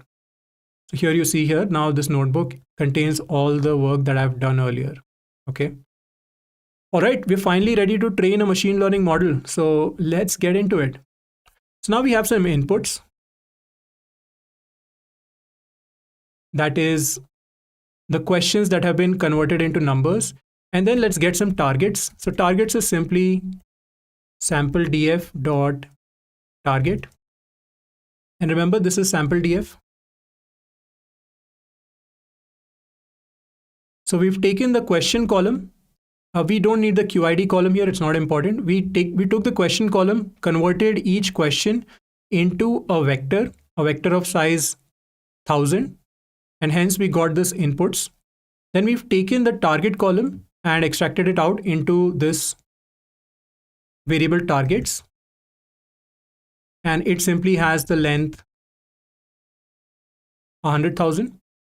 And this is a classification problem. So this is a supervised machine learning problem where we already have labels for our input data. So for classification, one of the most common models that is used is a logistic regression model. But before we train a logistic regression model, let us split our data set into a training set and a validation set. Now, if you know a little bit of machine learning, you'll know that we always use a validation set to prevent overfitting of our models. And if this doesn't make sense, don't worry. You can go check out our machine learning course and you'll be able to understand what a validation set is pretty quickly. So create a validation or split training and validation set. In fact, let's write out a quick outline here for this section so that we don't miss anything. So first we're going to split training and validation set. Then we're going to train a logistic regression model. And finally, we're going to make predictions and submit to Kaggle. All right. So let's see if we can do that. The way you split into the data into a training and validation set is basically by picking a random sample. So what we can do is out of the 100,000 rows of data that we have within inputs and targets, we can pick a random sample and turn that maybe 70% of it and turn that into the training set. And then the remaining 30% can be the validation set. Now, sklearn, scikit-learn, the library provides utilities to do that. So sklearn, I believe, split training set, if I search something, okay, looks like there's something called train test split that we can use. So sklearn.model selection, train test split. So I'm going to import from sklearn.model selection, import train test split. All right. And how do you use train test split? Let's check the documentation. So the way you use it is you provide train test split the X, which is the inputs, you provided the targets, then you provide the size, the test size. So in our case, in our case is going to be the validation set, but we can still call it test size. And then some random state in case we want the division to be stable. So we want it to be random, but we want it to be the same each time we run this notebook. So that's what I'm going to do. So I'm going to call train test split with the inputs and the targets. And I'm going to use the train size. So I believe it has something called train size as well of 0.7. And I'm going to use the random state of 42. And that is going to give us the train inputs and the val inputs or the validation set inputs and the train targets and the val targets, the validation set targets. All right, so let's run that. And now let's check train inputs.shape. So now 70,000 rows of data have been picked out as the training set inputs. And those corresponding 70,000 rows have also become train targets. So that's why we pass both the inputs and the targets together. So what it does is first it picks out which indexes are going to be part of the training set and validation set, and then it picks out those indexes from the inputs and the targets. Okay, so train targets.shape is 70,000. So now we have a training set. And now let's create a validation set. So let's keep going and let's create a validation set. So val inputs dot, well, the set is created, but we can check its shape. So 30,000 rows have gone into the validation set and val targets dot shape. That would be another 30,000 outputs. Okay. So I hope this is clear, especially if you've done some machine learning. This should be fairly straightforward. All we are doing is taking this data, then converting this into numbers, then picking 70% of it as the training set and separating out the inputs and the targets because they have to be passed separately to the models. Now, one last thing we need to do is actually create some test inputs. So here we have the test data frame. Remember, the test data frame contains only the question text. We do not have any targets for the test data frame because we have to make predictions and then submit to Kaggle. And Kaggle is going to compare the targets and tell us whether our submission is good or not. So it's also called a blind test set. So I'm going to first just create test inputs, and I'm going to do that by taking the vectorizer and calling .transform. So the vectorizer already has the vocabulary. And remember, we should never fit the vectorizer on the test set. We should only fit the vectorizer on the training set. and then use that same vectorizer with the same vocabulary to transform the test set. Otherwise, the vectors within the training and test set will represent something different.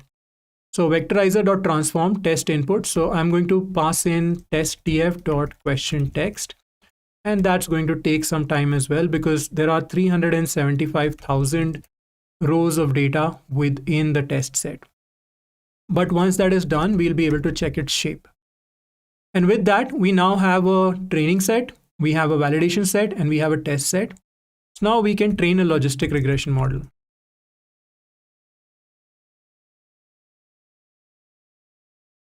Okay, so let's see how we can train a logistic regression model. Now, logistic regression is one of the most basic classification algorithms.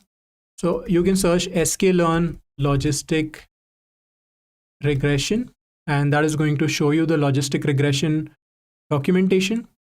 And you can see how to create a logistic regression model. You can also check a bunch of information like somebody was asking about class weights. You can pass class weights, you can pass some random state. You can choose which algorithm to use for optimization. This might come in handy because it's a big data set. And you can also set a number of jobs, etc., to perform parallelizing. So all of that is doable as well. So I am going to look at this example. So the first step is to just create a logistic regression model. So I'm going to say from sklearn.linear model import logistic regression. And once that is done, I'm going to create a logistic regression model. So logreg underscore model equals logistic regression. And I'm not going to do any initialization right now, no hyperparameter tuning right now. I just want to see the most basic version. I just want to make train a model, make predictions on test data, and submit them to Kaggle for today. And we'll continue improving this model over time.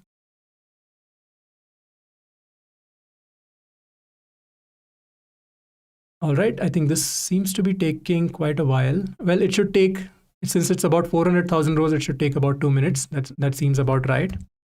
Yep. So now the test inputs have been converted into vectors as well. And now we have this logistic regression model. The first step is to fit the model. So we say logreg underscore model dot fit. And then we give it the training inputs and we give it the training targets. The trained targets.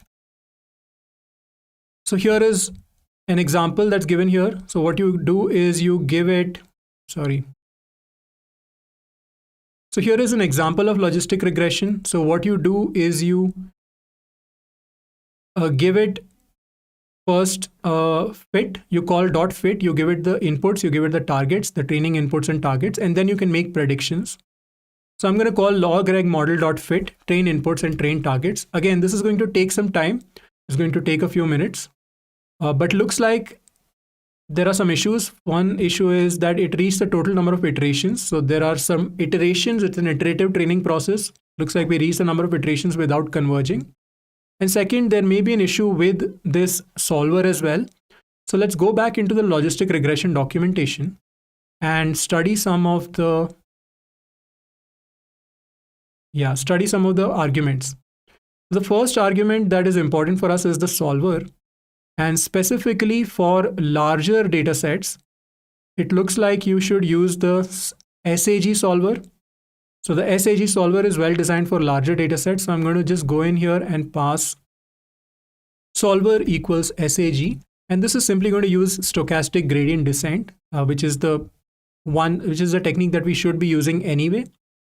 Then another thing that you can do here is change the maximum number of iterations.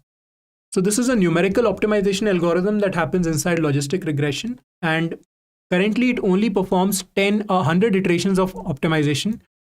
We may want to change that to something higher, maybe like 1,000, because we're dealing with potentially millions of rows of data. In fact, at the moment, we're dealing with roughly around 100,000,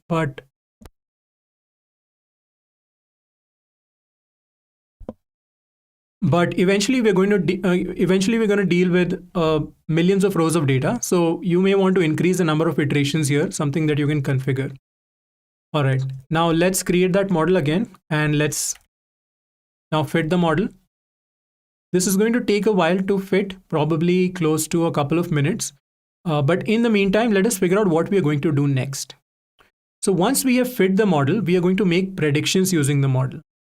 So how do we make predictions using the model? You say train preds equals log reg underscore model dot predict and give it the inputs. So this way we get some predictions for the training set. Looks like it's done.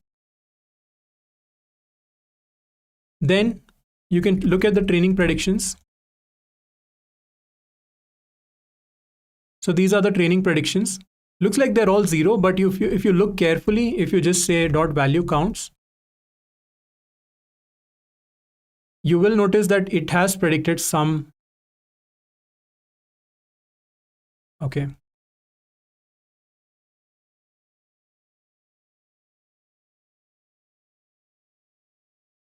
Yeah. So if you convert it to a pandas series and look at the value counts, that it does actually have some ones in it. So there are some ones. And now here's one thing we can do. We can actually look at the accuracy of the predictions. So from sklearn.metrics, import accuracy. I believe it's called accuracy score. And let's look at the accuracy score of the training predictions. So the way we check the accuracy score is we have some training targets. Targets is what the model was given as input for learning. And the predictions is what it has come up with after learning from the data. So the accuracy score is about 95%. But as we know that 94% of the data in the training set is already zeros. So you can get to 95% just by predicting one or just by predicting 0 all the time, 94% at least, right? So that's not a very good indicator. What we really want to look for is the F1 score. And maybe later also look at the precision and recall and things like that. But here we have the F1 score. Again, let's compare the train targets and train predictions and study the F1 score here. And that is about 0.44. Okay, so that's not bad, because if you had always predicted 0 and you check the F1 score there, the F1 score would be 0 because 1 of precision or recall would be 0, and that would make the whole thing 0. But now we've reached an F1 score of 0.44. That's not bad. But of course, this is on the training set. We should make the same prediction on the validation set. So let's make some predictions on the validation set. So we say logreg model dot predict val inputs.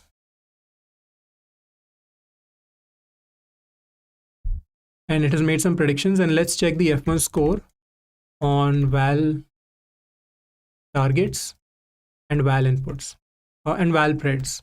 So remember, the validation set targets are never used to train the model. They are only used for evaluation, and that is how validation sets prevent overfitting.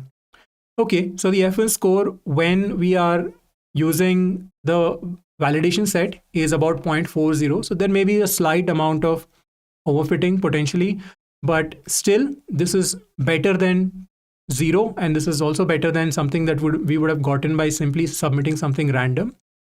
And finally, what we can do is we can create the test predictions. So test predictions would simply be logreg model dot predict test inputs. And now we have test predictions, but can we get the F1 score for the test predictions? Well, for that, we would need the test targets, but we don't really have any test targets. So we have not defined any test targets because remember, the test DF does not contain any targets. In fact, we have to make predictions on the test set. So what we should do now is maybe go back to the submission DF. And instead of always predicting a 0, and you can check that the default sample submission file, and the sample submission file was obtained how? So submission DF is simply pd.read CSV, the data dir / sample submission.csv, right? If you check the data here, it has a sample submission.csv file. So that's what we are reading in. So this is how we obtain the sample submission file. We read the submission DF. Then this is a submission DF. Now what I can do is I can replace these predictions with the predictions that have been obtained from our logistic regression model. So now I can go submission df dot predicted. So this, prediction equals test preds. So now our submission df will have the new predictions. Of course, it might still look like all zeros, but it will have the new test predictions. And in fact, we can just check value counts to check it. So dot prediction dot value counts. Yep. So looks like 3649964 and 10842. But the original submission file, the sample file, did not contain any ones. It only contained zeros. Okay. So finally, we can go submission df.toCSV. So we can save it back. We can save back the created file as the file submission.csv. And we just have to pass this index equals none. This is a funny thing that Pandas does. If you do not pass this, it will introduce a third column, which can mess up the Kaggle submission. So we just pass it. And now we should have this file submission.csv, which contains about 300,000 question IDs. And remember, the question IDs correspond to question IDs in the test.csv file. So we didn't need to do any matching because they already match up. And we always make predictions for the test set in order. And that gives us the submission.csv file. And we can then take the submission.csv file and submit it on Kaggle. Okay. So let me download the submission.csv file. So let me say download.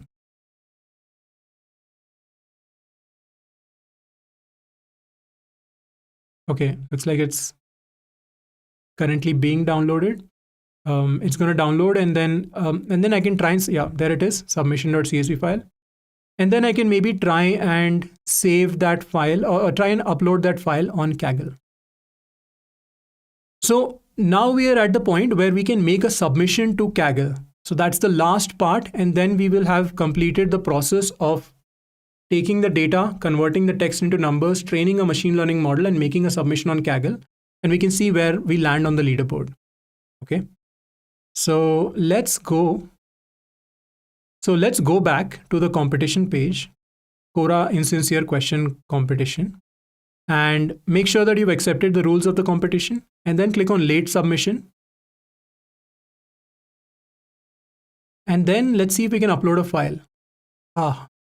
Looks like this does not support file uploads. This is what is called a kernels only competition.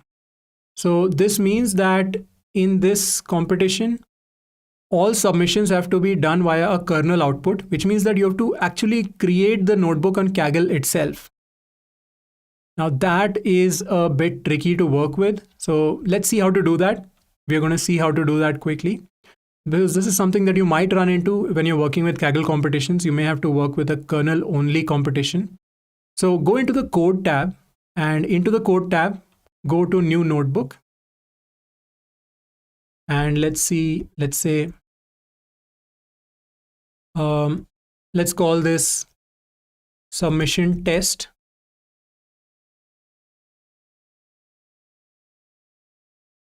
Bag of words, or submission test Quora.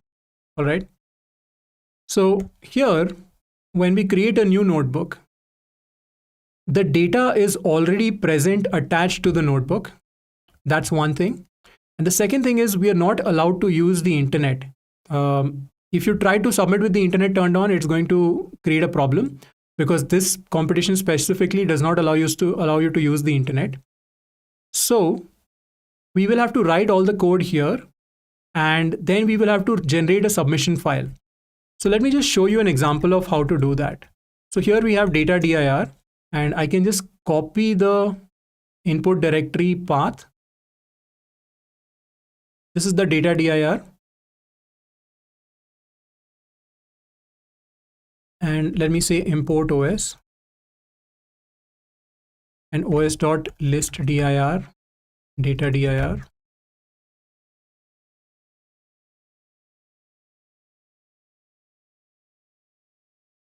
Yeah. So you can see here that it contains the same input files, sample submission.csv, train.csv, and test.csv. let's load up some sample submission.csv. So submission underscore df equals pd. So I'm going to import pandas as pd. And then submission df is simply pd.read underscore csv data dir plus sample submission.csv. Okay. And then finally, so let's look at submission df. Okay, so submission df is just the data from the sample submission.csv file. And let's just turn that into a CSV file and just try to submit. So submission df dots to CSV. But actually, let's do this. Let's put random values here. So import numpy as np and submission df dot prediction equals np dot random dot choice 0,1 len submission df. Okay, so I'm going to explain what this does in just a second. Basically, what we've done here is we have randomly put in the values 0 and 1. You can see here that we've randomly put in 0 and 1. And this is sort of a random model that we are just going to predict randomly. And I'm going to now save this as a CSV file. So submission df dot to CSV, submission.csv, index equals none. All right. So now we should have a submission.csv file in our Kaggle outputs. Okay, so this is Kaggle's own notebook infrastructure. It is similar to Jupyter Notebooks. It is similar to Google Colab, except that it is tightly integrated with the competition infrastructure. So that's something that is different here. You don't have to download the data. You can simply use the data from a directory after linking it. And you can link any number of competition data here. And okay, now we have created an output. Now we can actually go ahead and click submit. So we can now, under competitions, we see Quora insincere question classification. We can click submit and let us then click submit here. And what this is going to do is simply run the notebook once again from top to bottom. So this is how this particular competition works. It's not the same for all Kaggle competitions. Some Kaggle competitions you can submit a CSV file, but some Kaggle competitions you have to create a notebook within Kaggle, and then that notebook is going to get executed, and the output of that executed notebook on Kaggle can be submitted as the submission. All right. So here you can see that this is running and our notebook has been executed, and it has looks like it has created a submission file.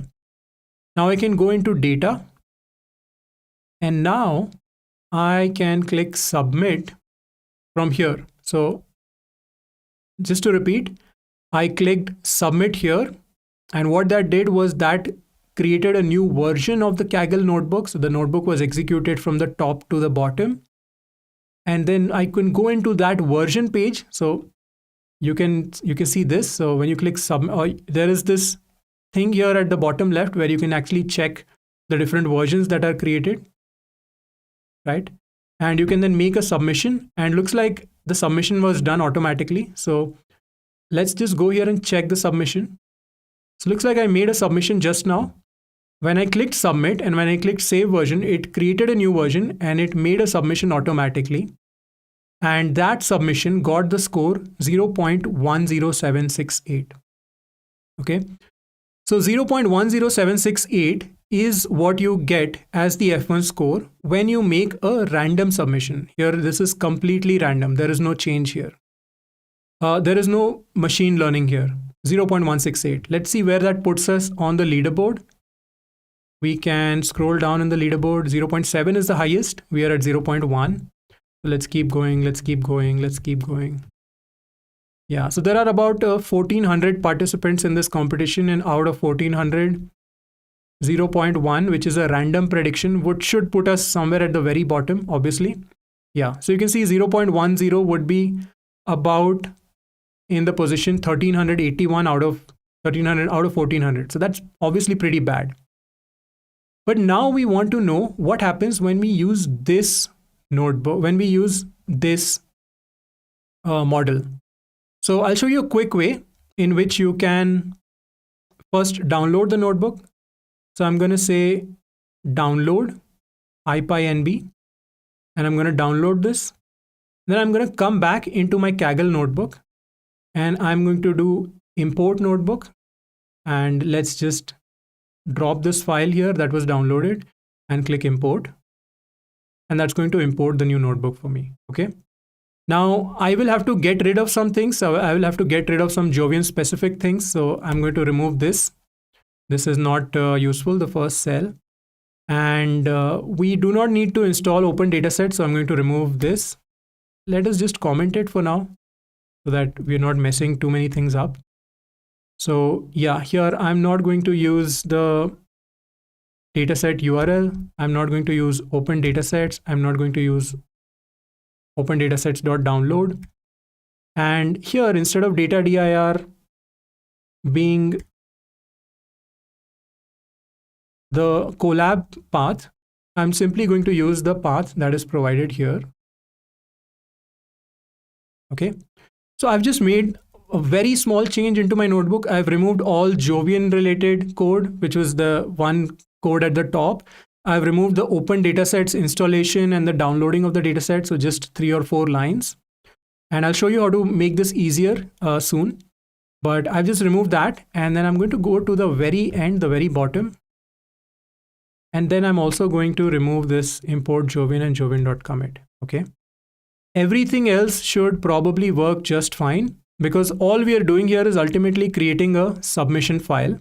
So one thing we can do simply is just quickly test this process out. So I can say run, restart and clear cell outputs. And we can just come from the top. And this is also a good way for us to revise everything that we have done.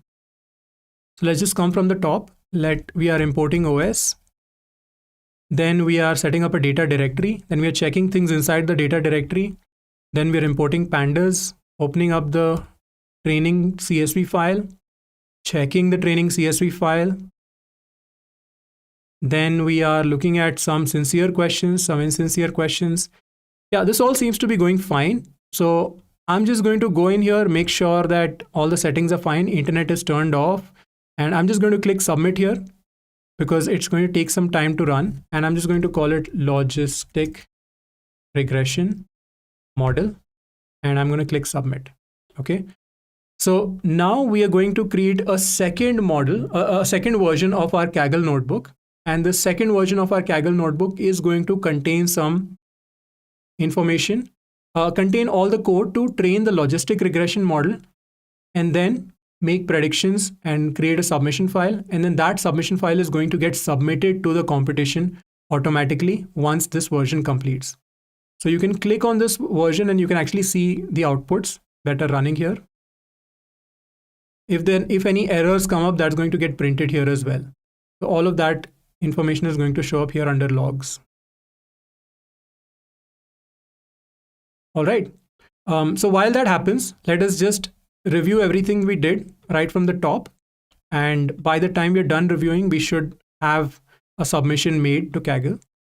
So what we did was we started by creating an outline that we're going to download and explore a Kaggle competition dataset. Then we're going to apply some text pre-processing techniques. Then we're going to create the bag of words model for the dataset. Then we're going to train machine learning models for text classification. To download and explore the dataset, first we looked at the competition page on Kaggle, which is the Cora insincere question classification.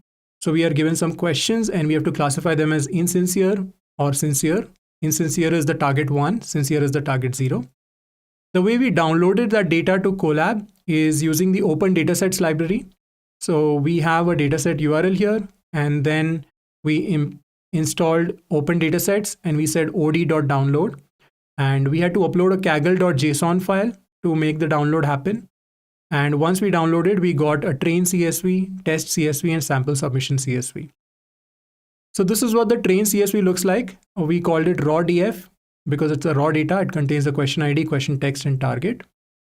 Let's take a quick look if everything is running fine. Okay, so far everything seems to be running fine. So yeah, so we have the train CSV file, we have the raw data frame here, and targets are 0 and 1. We looked, there were about 1.3 million rows of data, although we decided that we won't use all 1.3 million, we'll only use about 100,000. And then we looked at some sincere questions. So these are the sincere questions. And we looked at some insincere questions. Clearly, some of them, these are fairly inappropriate or very suggestive, so should be removed or in some automated fashion. Then we saw the test data frame. The test data frame only had some question text. It did not have predictions because we are required to make predictions and add them into the sample submission file. And the sample submission file is something we have to submit to Kaggle. Now, once we have made the, once we got the raw data frame, we also looked at the distribution of the values and looked like about 94% of the questions were actually sincere and only 6% were insincere. And that's why accuracy would not be a great metric because you could get 94% accuracy just by always predicting sincere. That is why we use the F1 score. That is what the competition uses as well. If you check the overview tab, you have evaluation, and evaluation is done using the F1 score. So we created a working sample so that we could work with a small sample quickly enough, and we picked 100,000 rows of data. Then we looked at some text pre-processing techniques. The intuition was we want to convert these text values, each sentence or each question or each document is as what is called in NLP, into a vector. And the way we do it is by first creating a dictionary of all the words and then giving a number to each word. So numbering the words, preferably in alphabetical order or in whatever order we prefer. And then we convert each text into a vector using the frequencies of the word present in it. So about the bird became 1500200 because of the frequencies of about, bird, and the. And of course, the other words did not show up in this. So these vectors are generally very sparse, and that is why generally the NumPy sparse array or sparse matrix is used to keep track of them. So there are some problems in bag of words in a very simplistic approach. There may be too many distinct words. So you may end up with really large data sets that may not fit in memory or may take a long time to train. Some words may appear too frequently, like stop words, and some words may appear too rarely. And a word may have different forms, all of which we may want to collapse into a single form. Of course, there's also the limitation in bag of words that we are giving up a lot of information because we are losing the structure of the sentence itself. The order of the words is lost, the tense, the grammar, all of that is lost too. And sometimes stop words contain some negative words, and also that is something that may be lost too. So it may be bad for certain use cases, but it's still a good starting point. Now, we started by looking at tokenization. So we took two sample questions, one sincere, one insincere. We used the NLTK library and word tokenize from the nltk.tokenize to tokenize a question into a set of tokens, basically breaking it into words, but also making sure that punctuations and commas and brackets, etc., are also separate tokens. And this is all implemented in the NLTK library. And similarly, we saw how this worked for the other example as well. Then we decided that the words that show up very frequently and are going to show up in almost all questions, we are going to remove them. So for that, we use the stop word corpus from NLTK, and these are all the stop words. Of course, these also contain words like not, etc., which may not be needed to be removed when you're doing things like sentiment analysis. So you should be careful about what set of stop words you are using. So we defined a helper function, which is going to take a set of tokens, and it is going to remove the stop words from the set of tokens. And this is what that looks like without stop words. So clearly here you can see that we had a fairly long question 2, and after removing stop words, it became fairly small. Then we also looked at stemming. So we want to take all of these forms, go, gone, going, into the single form go, and bird, birds into the single form bird, for which we use the snowball stemmer from the English language. And you can see this is how it works. So we had to do it word by word. So this is the question 0 stemmed, and this is the question 1 stemmed. So supposedly was turned into suppose, purely was turned into pure, and so on. And this, in this way, across the vocabulary, you will get a smaller set of unique words. Let's take a quick look and see if this is still running. Okay, looks like this has completed successfully. But we will And let's take a look at the solution. So let's see here.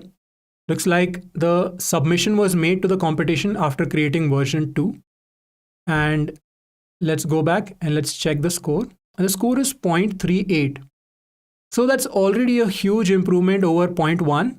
And we can go back to the leaderboard and check how good of an improvement it is. So here we have I believe we have the leaderboard here. Okay. Yeah, so we are looking for 0.38. And notice that the top is around 0.70. So there are a lot of people who are at the same number, 0.70235, but the top is 0.70. And the bottom is about, let's see. Of course, the bottom was 0. But when we made a random submission,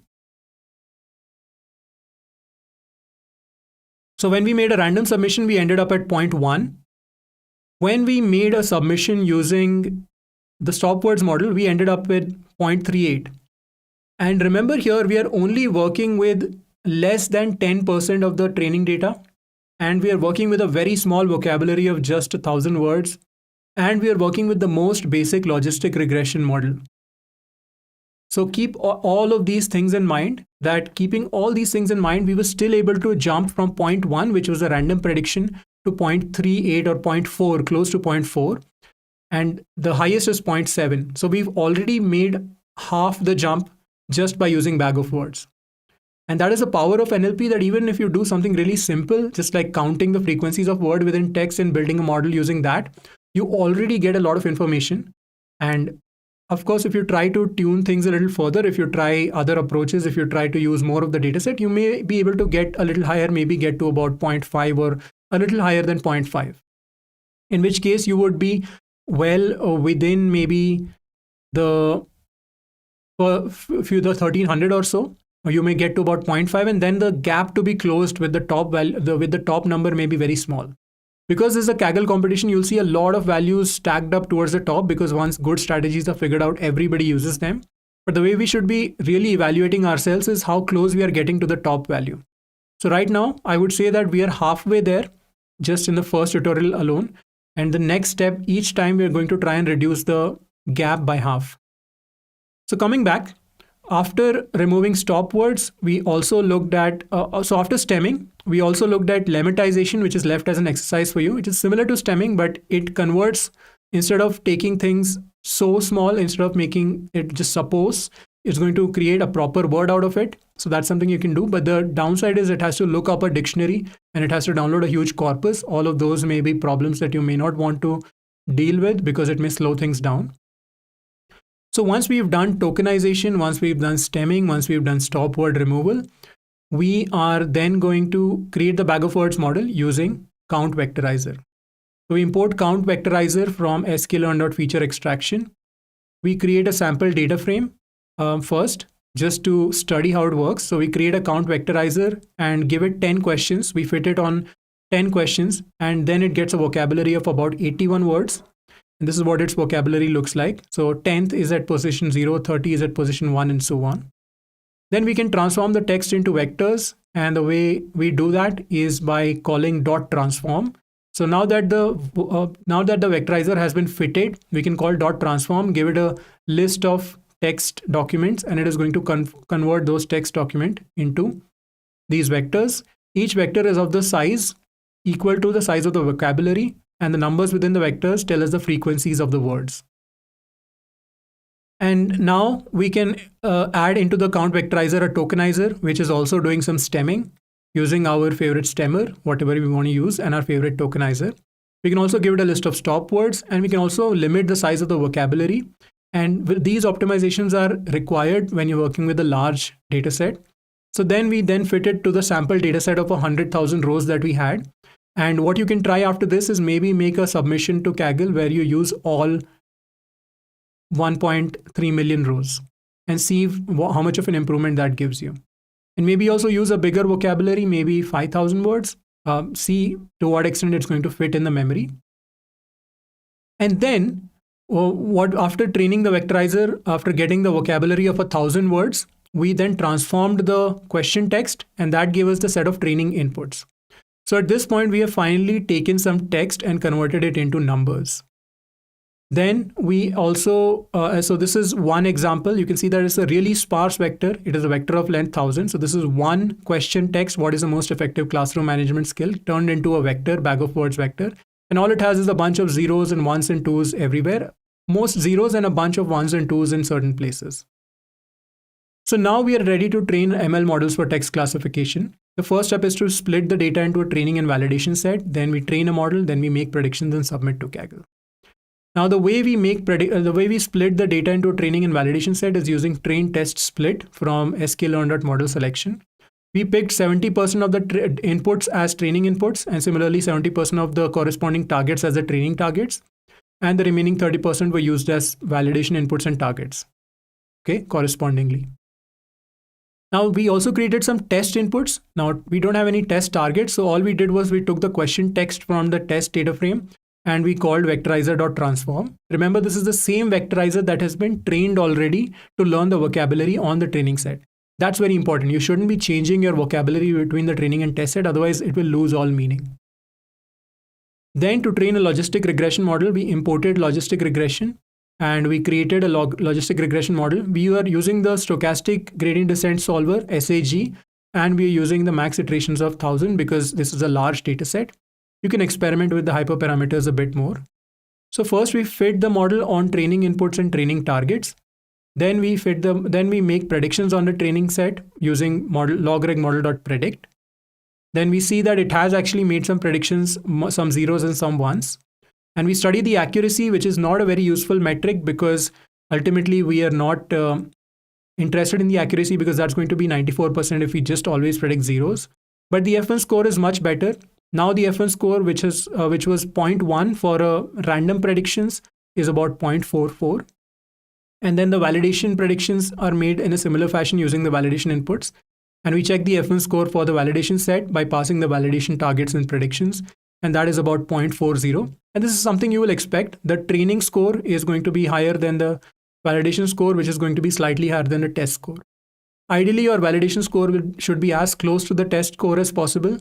Otherwise, you don't have a reliable validation set. In this case, okay, 0.408 and 0.389, they're close enough for me.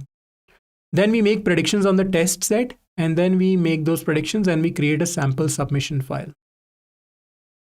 And then we can save that submission file. So what we do is we load the sample submission file that has been given. We replace the predictions in the sample submission file with our test predictions from our logistic regression model. And we verify that these predictions actually do contain some ones and not all zeros, like the sample submission file. Then we convert it to a submission.csv file, and then we are ready to submit it to Kaggle. Now, the only challenge was that this particular competition does not allow you to submit a file directly. In this particular competition, you would have to create a notebook. So for that, we just went to File, Import Notebook, and then we imported the notebook. We removed all the code because we're not allowed to use internet here. So you have to turn off the internet, otherwise your submission will not get accepted. So we removed the Jovian code, we removed the open datasets code, but because the competition is connected to this notebook, the way you create this notebook is by going into the code tab and then clicking new notebook. Or you can also go into your Kaggle home, create a new notebook, and then connect the competition manually. Both of those things are possible. But we connected the competition to the dataset, and we connected the competition dataset, and that's what we have added here, the data directory. And everything else is literally the same. All we did at the end was remove the jovian.commit. And then we clicked submit here, and on clicking submit, our second version v2 is got a score of 0.397. And that's pretty good. I think that's a big improvement from 0.1 because the best score is 0.7. So we've jumped from 0.1 to 0.39 or 0.4. So we've already made half the jump in terms of the F1 score. And the rest is what we're going to then explore in the first assignment. And then there's something we're going to explore in future lessons as well. Now, one last thing I want to tell you is that the notebook that you see here in the lesson, the notebook has been written in such a way that it can run both on Google Colab and on Kaggle. So there is this variable defined in this notebook called isKaggle, which checks for the presence of an environment variable. And based on whether this notebook is being executed within Kaggle or not within Kaggle, it's going to either set the data directory directly, or it's going to import, install open datasets, and then run it. Okay. So one thing that you can do when you're working with this notebook itself, and you want to improve upon this notebook, is just click run and then click run on Kaggle. And then you can just run this notebook directly on Kaggle and make a submission from there. Something we will again look at, unfortunately, because of the different platforms involved, Google Colab, Kaggle, and Jovian, the transition from one to the other can be a bit tricky, but we will have some help articles around it. So in case you face issues with them, you can check those out. And that's all we have for today. So that is the end of the lesson. As I said at the beginning, what you should do is code everything from scratch. You should create a new notebook either on Google Colab or on Kaggle and watch the video, pause every few minutes and implement things, write things from scratch yourself, just as we did just now. And it can be done in a couple of hours. That's what I just showed you. It may take you a bit longer because you may want to experiment a little bit, but you always have this lesson for reference as well. So all the code is present for you to try out. Let's see if we have any questions at this point. Okay. Okay, so the question is, I'm at the CountVectorizer stage, and when I'm looking at the sparse matrix, it is full of zeros. It is not giving a position 1, 2, 3 to every word that's there. So look at it carefully. I would say that you will find most zeros, and maybe you can share your notebook. You can go here. Any technical questions, you can go into the discussions and post a discussion here. And we will answer that discussion. But yeah, if you look at it carefully, you should definitely find some non-zeros there. All right, well, I hope you found this lesson helpful. As I said, this is a slightly more advanced course, so it does require knowledge of some other things like data analysis and machine learning. But if you're willing to put in the additional effort, there's a lot you're going to learn from this course. So I will see you next time. Thank you for joining. And I also wanted to quickly mention that the next batch of our data science bootcamp is starting soon. We have monthly batches starting. So if you are pursuing data science seriously and you would like to get a structured curriculum and mentorship and guidance and build some really good projects and get access to a network of hiring partners, you should definitely go ahead and apply for the bootcamp. All right, with that, we have reached the end of this lesson on natural language processing, bag of words. I hope you enjoyed it. There will be an assignment on this, so we will talk about that next week. And there'll be a lot more that we will learn over the course of the next several weeks. If you like this course, please share it, tweet it, subscribe to our YouTube channel, leave a comment, help more people find out about it so that all the effort that we're putting into building this course is helping as many people as it can. Thank you and have a good day or good night. Bye.